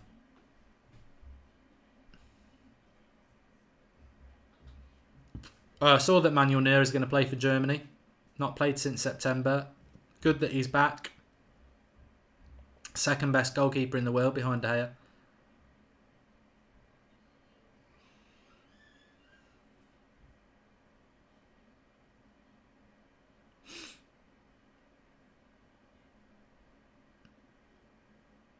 Moses shoots over the bar. Iwobi scored for Nigeria. I think Moses hit the post, bounced out to the edge of the box, and Iwobi passed it home.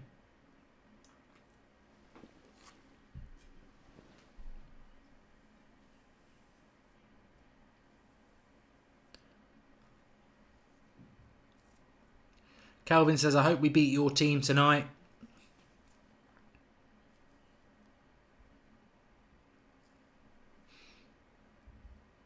Goldbridge, sit down, says Abbas. I am sat down. I'm in my chair.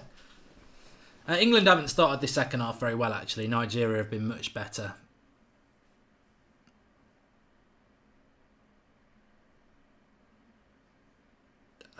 Why doesn't Messi turn up in World Cups? It's a good question, but I just think it's because he's in a Barcelona protected bubble where everything he knows it like the back of his hand. It's a style of football that suits Messi. I think in Argentina they've got some better players than Barcelona, arguably, but the system is not that Messi is used to.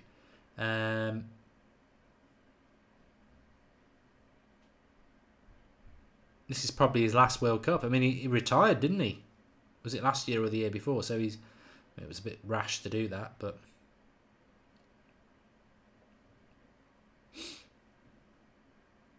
could be his last chance to do something in a World Cup.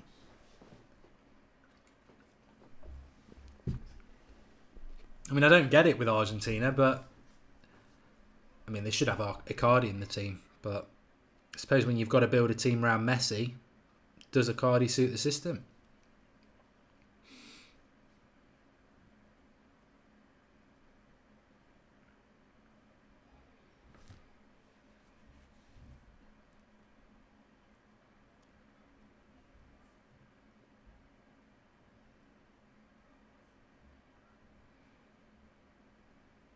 Well, I mean, yeah, I take your point on. People are saying Messi dragged Argentina to the final, but did they win the final? I mean, you've got to remember, I grew up in an era where I've seen players single-handedly win World Cups in mediocre teams like Maradona. That's what greatness is, and this is apparently what Messi is, and Messi's nowhere near Maradona. Because if he is that good, he should be able to win a tournament, not just take a team to a final. And actually, that's the only one he's done it in. I think the quality of player that Argentina have, they should have won a World Cup with Messi. And I don't get why they haven't. Ravi says that England are back to their average self. Do I think this will be Ronaldo's last World Cup, says Rogvi. It might not be. It should be, but it might not be because he'll be 37 for the next one. But the way he looks after himself, you just never know with Ronaldo. Ronaldo, when he's 37, if he keeps his fitness levels up, he might just be a poacher number 9. I used to say he couldn't be... I mean, Ronaldo and Messi are going to drop off over the next years, but if you're only dropping off to, instead of being universal class to top class, then you're probably still going to get picked.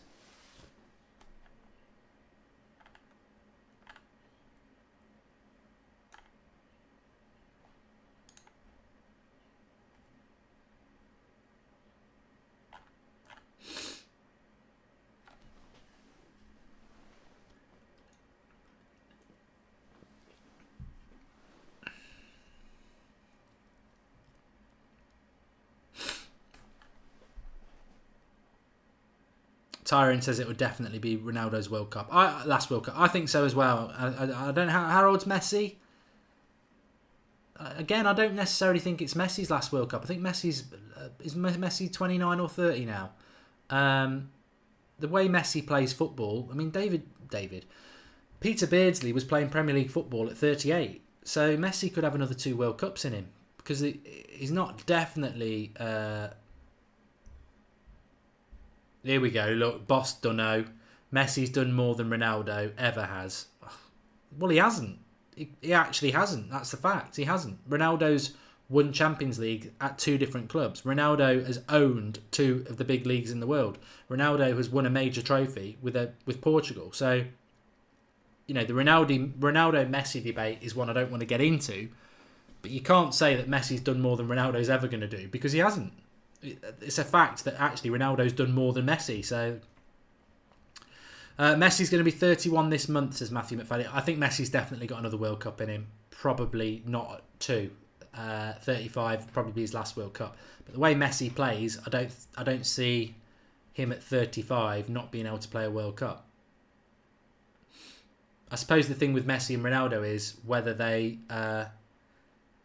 want to play when they start to drop off, or they want to go out on the big time.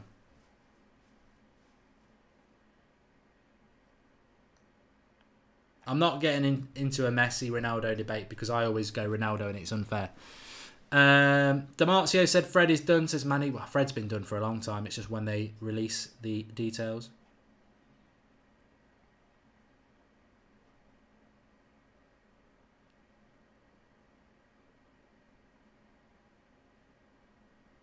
Here we go. Oh, another good cross coming in there. Eric Dyer got on it, and I thought he'd put it into the bottom corner, but he put it just wide. England again showing that from set pieces they're a threat. He should have scored.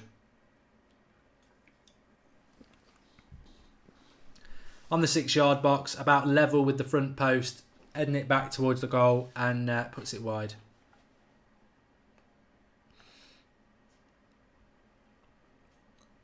DJ Dale B says, has Messi not won the Copa America? I don't know. Don't know the answer to that question.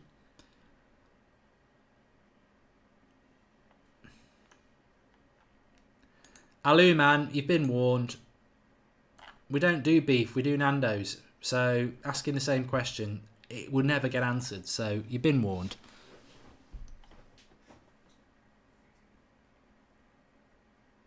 England are boring, says Tyrone Williams. Only a threat from set pieces. There is a United Stand show at 8 o'clock tonight. Quick turnaround. I'll probably have an hour off and then do the 8 o'clock show. But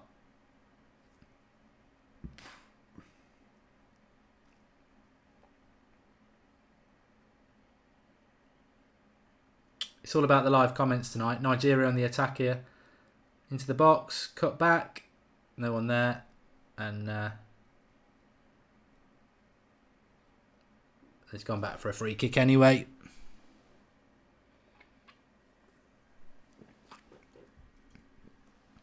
Not so sure it was that bad a tackle. Remember, if you're new to the channel, subscribe. Bottom right hand corner, we're doing every single World Cup game as a watch along like this. So if you are getting excited about the World Cup, get involved with the channel, the community, the live comments. Everybody's welcome. That's what That's Football is about. It's a general channel for fans of any club or country. Everybody is welcome. So get involved on the debate, and we're going to do every single World Cup game. So really excited about that.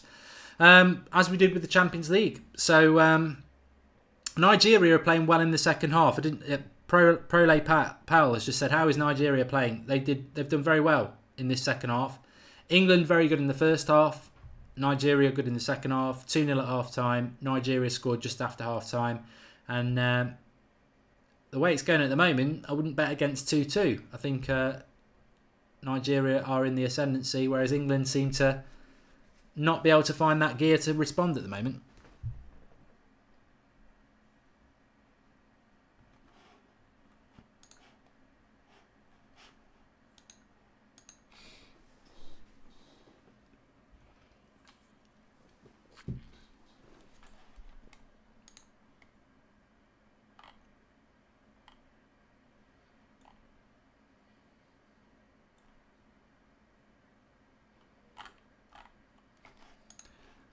I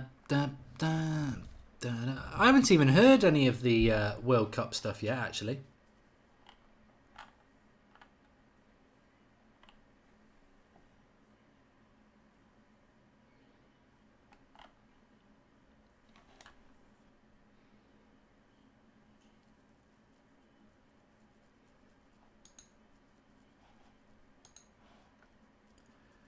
Nearly 1,500 of you beautiful, beautiful people watching. In fact, we have gone past 1,500 now. So great to have so many people getting involved. I hope we can do similar numbers with the World Cup. Really looking forward to the World Cup now. And the watch-alongs and the chats we're going to have. So get involved. Messi's never won anything with Argentina, says Kev Muller. Edward Wood and Josh Special both saying Nigeria are quite good. I tell you what, I think on the first half I was like, they're not very good at all. But second half they've really come out really well. And when you look at the group that Nigeria are in the World Cup, Croatia, Denmark and Peru, I think that's going to be a very interesting group. Very interesting group. Croatia are probably favourites, but having said that, Denmark with Eriksson, they're not bad. And Peru, I think, people talk about dark horses. I think Peru could be quite good.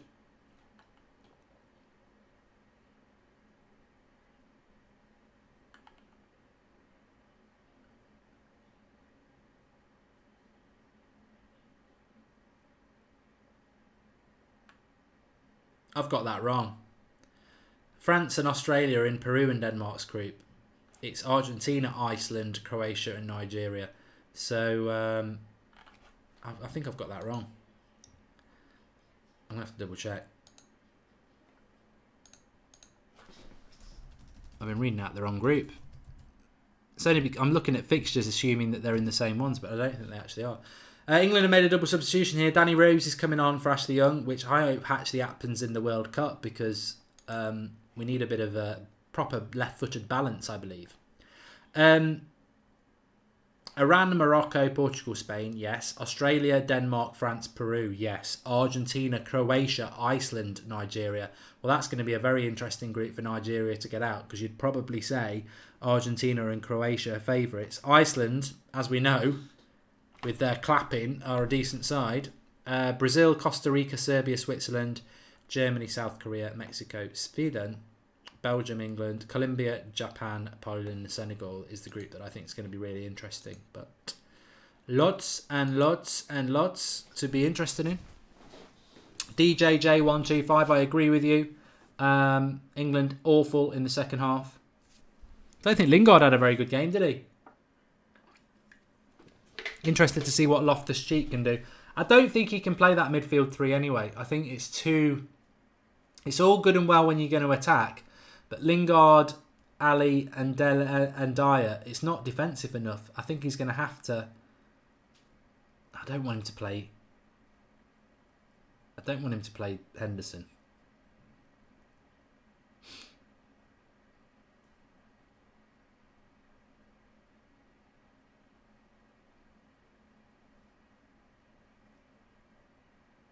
Oh. Nigeria into the box. Stones gets rid of it. Just about.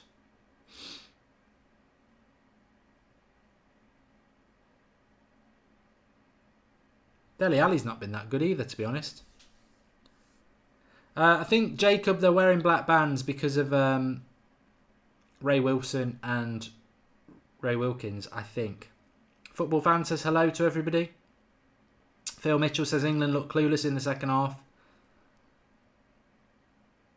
I am Jones, he says Messi won an Olympic gold in 2008 with Argentina. Tyrone thinks John Joe Shelby and James Ward-Prowse should have gone.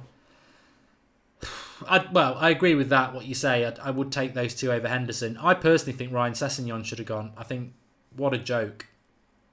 You know, you're going to the World Cup and you've got this great young talent that could have gone to the World Cup, and I think he should have gone. But I know the Leon Bailey thing got quite exciting, but I would have took Ryan Sessegnon for sure.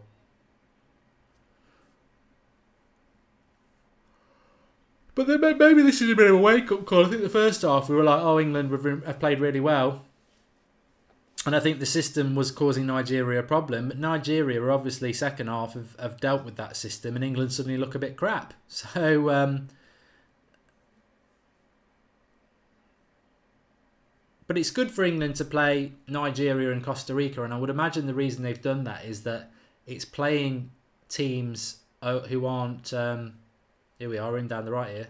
Loftus-Cheek, little dinky cross. I thought it was clever there. Harry Kane, you should have been off on your feet for that. But yeah, playing Costa Rica, North American team, and Nigeria, an African team, when you've got Tunisia and Panama to play. Good. You know, England are used to playing European teams, so they're the right sort of games to play. Sterling in the box again. Didn't go down that time. Fred has reportedly signed for Manchester United, says Pradnya Wadki. Could happen tonight. We signed Lindelof at 8:30 on a Saturday night. I've always said I think Fred to United will happen on a Monday because they're playing tomorrow. Playing at Anfield tomorrow. Stephen Chua says that South Korea is a dark horse. Really? I mean, like, really? I hope so, because that group I'm so excited about. Germany, South Korea, Mexico and Sweden. I'm really excited about that group. I don't think Sweden are going to be very good. They weren't very good in the Euros with Zlatan. So I don't think Sweden will be very good. Dennis O'Mahony says England are going to get battered in the World Cup. Well, they should get out of the group. If they can't get out of the group, that's worrying. But I agree with South African Reds. It's a good test for England. Son, yeah.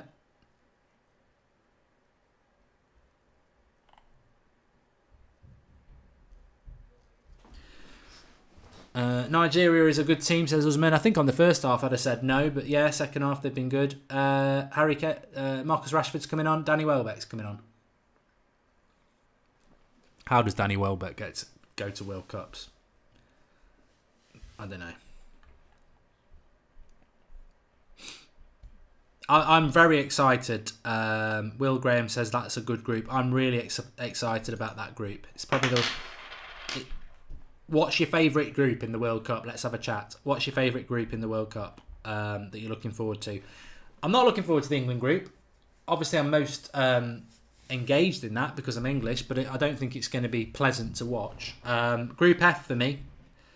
Germany, South Korea, Mexico and Sweden. I'm looking forward to that one. Group H, Colombia, Japan, Poland, Senegal. I think is going to be interesting.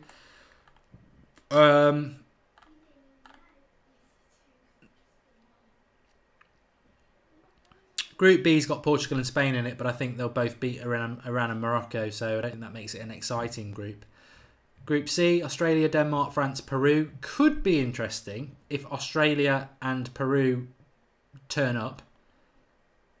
Group D, Argentina, Croatia, Iceland, Nigeria. Could be quite interesting as well. Brazil, Costa Rica, Serbia, Switzerland. Yeah, I'm not necessarily thinking Switzerland are going to be that good, and Costa Rica probably not either. Group F, Germany, South Korea, Mexico, Sweden. That's the one for me. That's the one for me. A lot of Nigerian players getting injured. They do give a lot, don't they? They are a very passionate team, and they do seem to get a lot of injuries. Brazil's group is quite tough, says Manchester Skulls 18. Yeah, Brazil, Costa Rica, Serbia, Switzerland. Group D, says Jean-Chris, which is Argentina, Croatia, Iceland, Nigeria. Looks good, yeah. Group D is the group of death, says Noble Terror. Rashford's coming in. Panama will win it, says Simon Williams. I know nothing about Panama. How are Panama in this World Cup? They must be quite decent.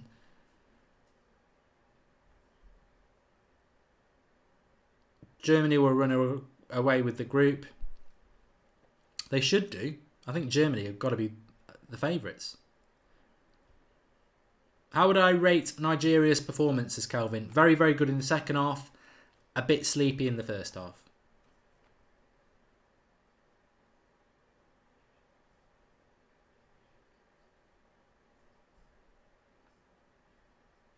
I think the group of death is either Brazil, Costa Rica... No, sorry. Group D, Argentina, Croatia, Iceland, Nigeria. Or Group F, Germany, South Korea, Mexico, Sweden. And I think the most underdog interesting group is H, Colombia, Japan, Poland, Senegal. I think that's going to be a really interesting group to see who comes through that one. I think I'm going to do Colombia as my next World Cup challenge, actually.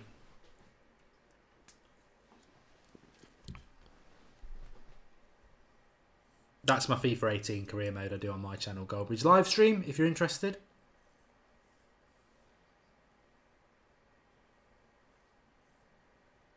PS4 says Panama are only in the World Cup because Mexico didn't win their last game and USA lost to Costa Rica. It's a shame America aren't in the tournament. Obviously, football's on the rise in America and Pulisic is a cracking player, so it is a bit of a shame. 15 minutes to go. 15 minutes to go. I'm getting really excited about the World Cup now. I think I was always a bit, oh, this is the worst England team ever. And there's a lot of good teams not in the World Cup, like Italy and Chile. But I've looked at it now and I think it's great.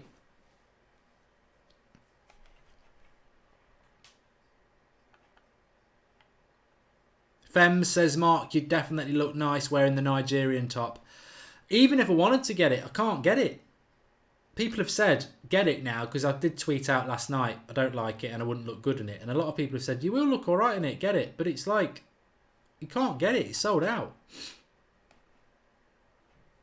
It would tell you what. It would match the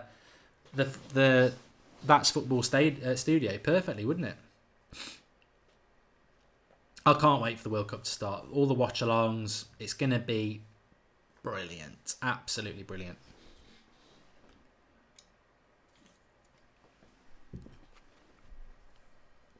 Sam Howes is another one to say Timo Werner's going to do well.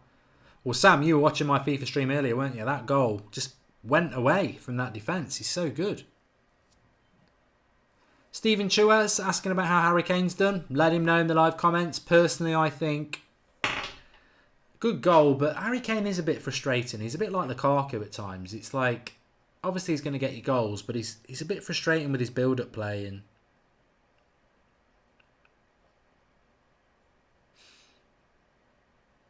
lovely ball there from into Welbeck, whose first touch is rubbish when he's away from his defender and gives him an opportunity to tackle him.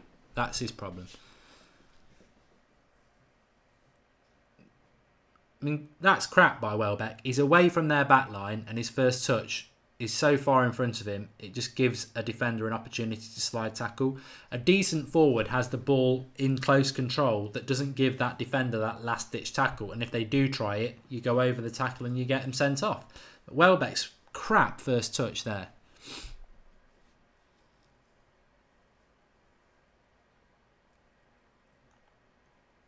Manchester Skulls 18. I'll eat my shoes if Timo Werner doesn't go to Bayern Munich. I hate the way Bundesliga works.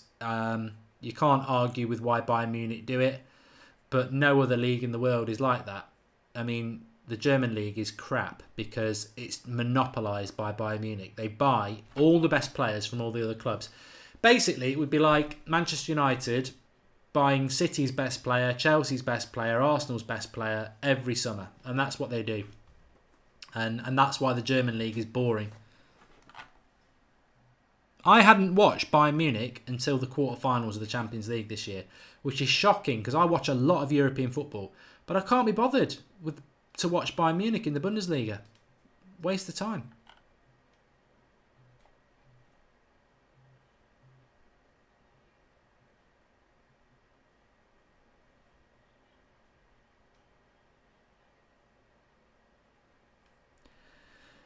I haven't even looked at the German squad. Is Weigl in the German squad, Tyrone? I need to do this over the next week and a half. I actually have a look at the proper squads and everything and see who's going and everything because I need to have all my stats ready for the watch-alongs.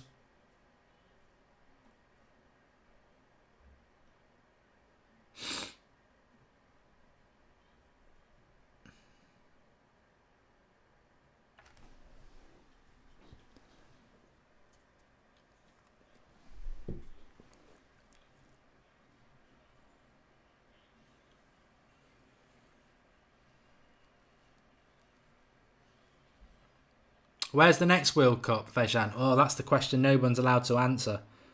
Qatar, isn't it? At Christmas 2022. It's going to be rubbish. Dele Alli, wide. I think England might have seen this out now. Sorry, Marcus Rashford. I think England might have seen this out a bit now. Julian Weigl hasn't been taken, which shows you how much depth Germany have. Exactly. That's what I was thinking. United stand will be at 8 o'clock, Cole. Yeah, definitely. It's the live comments night, Saturday night live comments, isn't it? Here's another plonker who shouldn't be going to the World Cup, Fabian Delph. He's coming on. Byron Leopold says Loftus-Cheek could be England's breakout star. Yeah, I like the fact that we do have somebody who can do that. I would have took Sessegnon as well. I don't know what the next World Cup is after Qatar. I mean, Qatar's going to be a crap one, isn't it? Dele Alli going off for Fabian Delph, going a little bit defensive.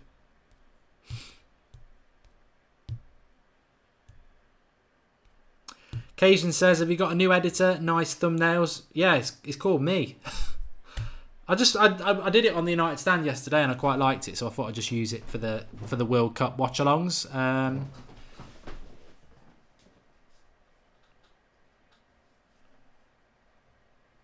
You've got to refresh things, haven't you? I'm thinking about designing a new studio for the World Cup actually. I mean, I like the overlays and stuff that we use, but I think I'd like to use something a little bit different. Because as Matthew McFadden will tell you, graphics and everything change, don't they? They go through cycles.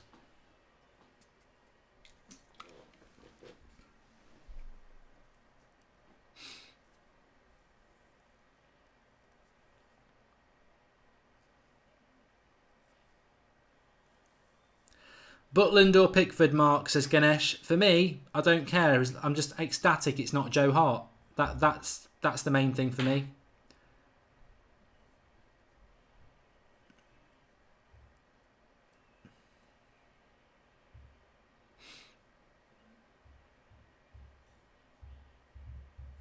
I'm with you, Sam. I would love to see England host the World Cup. Got so close for the Russia World Cup. Obviously, the rumours that it was corrupt.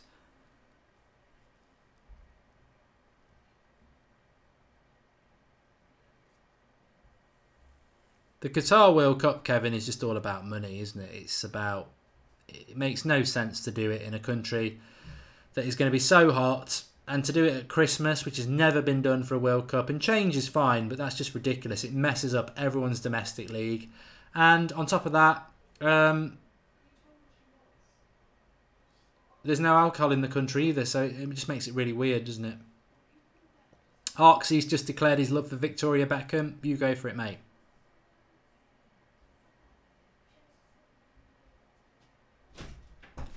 I quite fancy Brazil as well. Yeah.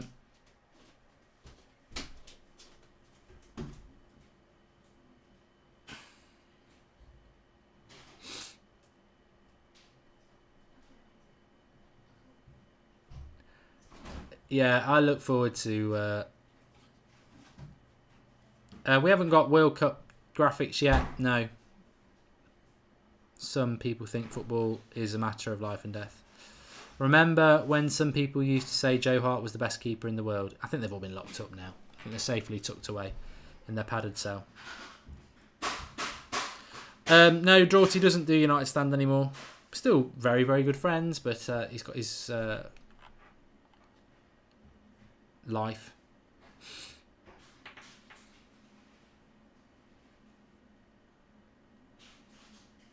There is alcohol in Qatar, says Ferris. Good to hear. Trippier down the right. He's been my man of the match for England. Rashford. I think Rashford could be good for England, you know. I just think the restrictions that him and Lingard have at United.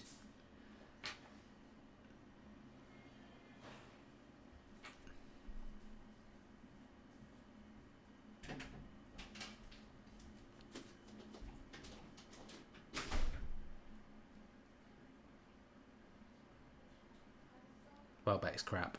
He really is. He makes himself look embarrassed. He's embarrassing.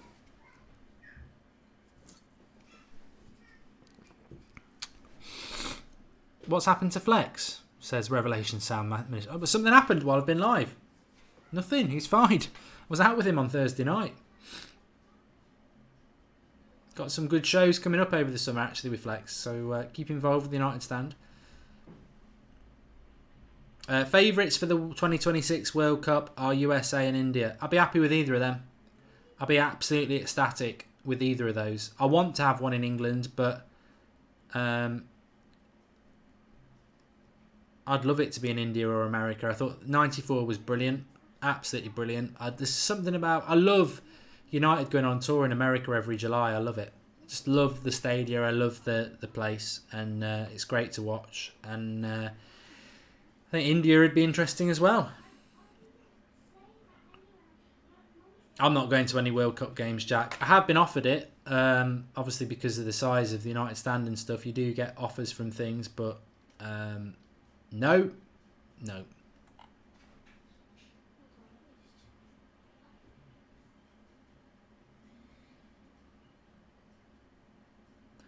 Jay Hart says, look at how much more oil money does for you. World Cup in Russia and Qatar. Mohammed says, please convert to Islam. Hey, religion's not something we do on here. Respect them all, but, you know, people are free to make their own choices. That's what I believe. Apart from supporting Liverpool. I'm only joking. This is the That's Football channel. If you're a Liverpool fan, you're more than welcome.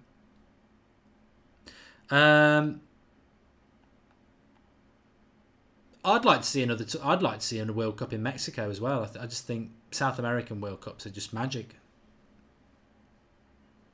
To be honest with you, I'm quite happy about most World Cups where they are. There's some places I don't want them to be. I thought South Africa was good.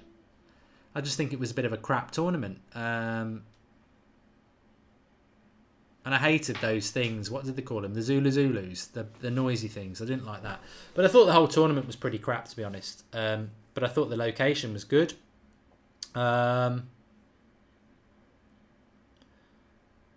India would be interesting because they never play in the World Cup, do they? So, but maybe that can be the sort of thing that sort of money and interest. Maybe they'd put a little bit of would help them along. I mean, Russia doesn't interest me much as a World Cup, to be honest, but we'll see.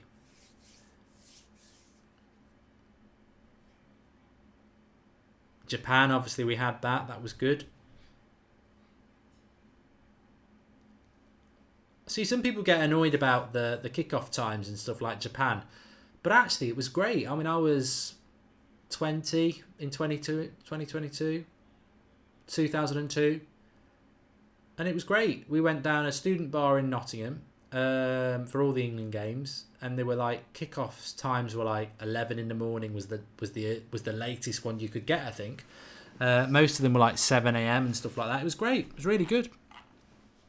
Something magical about the World Cup. You just go into a little bit of a bubble for a month that normal football's not like, and I'd love to see England do well, because especially in this country, people start putting their little England flags on their car, and for a couple of weeks it just becomes, it matters. I don't know whether it's going to happen. That really only happens when England get out of the group, and we haven't done that recently, have we? So but I hope so. I mean, England have been rubbish this second half, let's be honest, but having said that, I would rather they had a good first half where they played really well and a second half where a team has a real go at them. And I think if you're a Nigeria fan, you can say the same. First half rubbish, second half a lot better. Do we learn whether either team can win the World Cup? Well, we're never going to learn that anyway, because these teams won't be going 100% anyway. You're not going to fully commit into a tackle and miss a World Cup, are you? So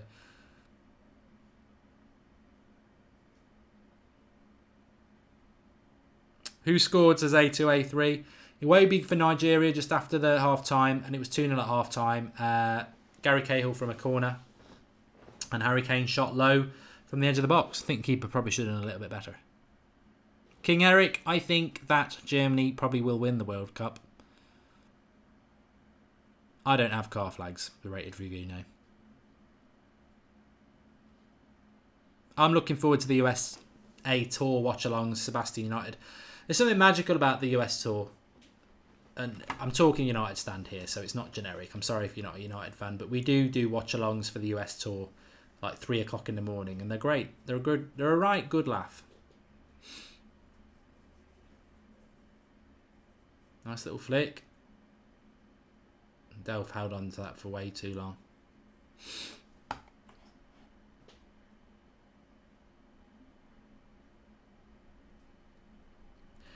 Nick Pendragon says Australia would host a great World Cup. Have they got the stadia to do it though, Nick? I mean, I presume you'd have to use a lot of your sort of cricket grounds and stuff. And how does that work? Because have you got enough? How many stadiums do you need for a World Cup? Is it 16?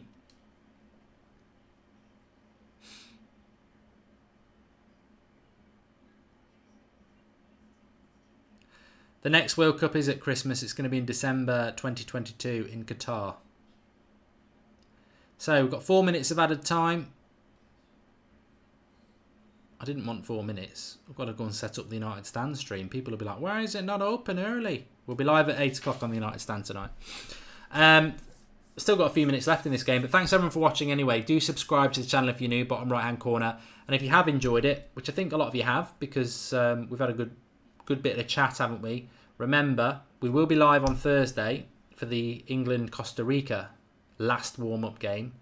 And then the World Cup the following Thursday. we are going to be covering every game in the World Cup. So watch-alongs for every game. We're going to be pretty much... Some days there's 4 games a day. So it's going to be great. It's going to be great.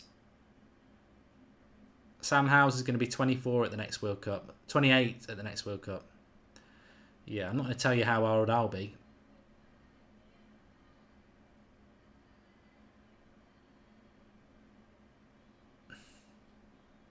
Here we go. England down the right. Go for the box, Danny. Go for the box. Oh, he stopped. He should have gone for the box.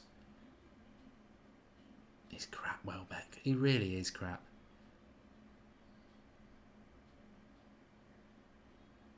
Bloody hell. Rubbish, England there. They'll cancel. PS4. They haven't decided what they're going to do with that Qatar World Cup, but I think all the domestic leagues will shut down for a month. Sam, I can't stay on longer because I've got to go and set up the United stand.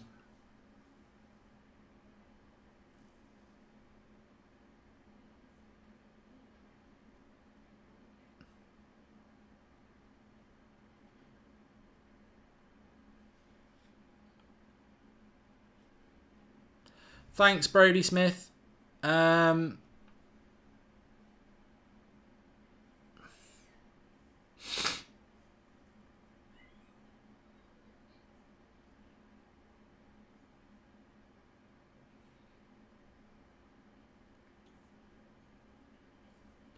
Phil F is excited for the World Cup. Well, as I said, subscribe to the channel if you're new. Bottom right hand corner, we've got it covered, and we'll all be on it together. Live comments on my left.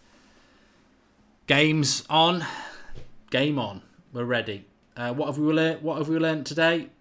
I think we've learned that England are a little bit better than people think they are. I think the system can work, but they've got to have a plan B. I don't think he's got a plan B, and if you haven't got a plan B, that's a worry. I think England players have got to play well because he hasn't got a great squad. Nigeria, I think Nigeria can do quite well in this tournament. I think they've got... they looked a bit lethargic in the first half. And then I think in the second half, they've come out and done a lot better. A very energetic and passionate side. And let's not forget, this is a friendly. So they're not going to be given 100%. Nobody is. But England win 2-1. Good game. Good win. Good build-up. Cracking stream. Thanks everyone for watching. And we'll be back on Thursday night with our next watch-along for England-Costa Rica. But remember, you can get That's Football covers everything anyway, whether it's transfers and anything like that. So speak to you again soon. Really enjoyed that. And I cannot wait for the World Cup watch-alongs. And I hope you're going to join us with it. Speak to you all soon.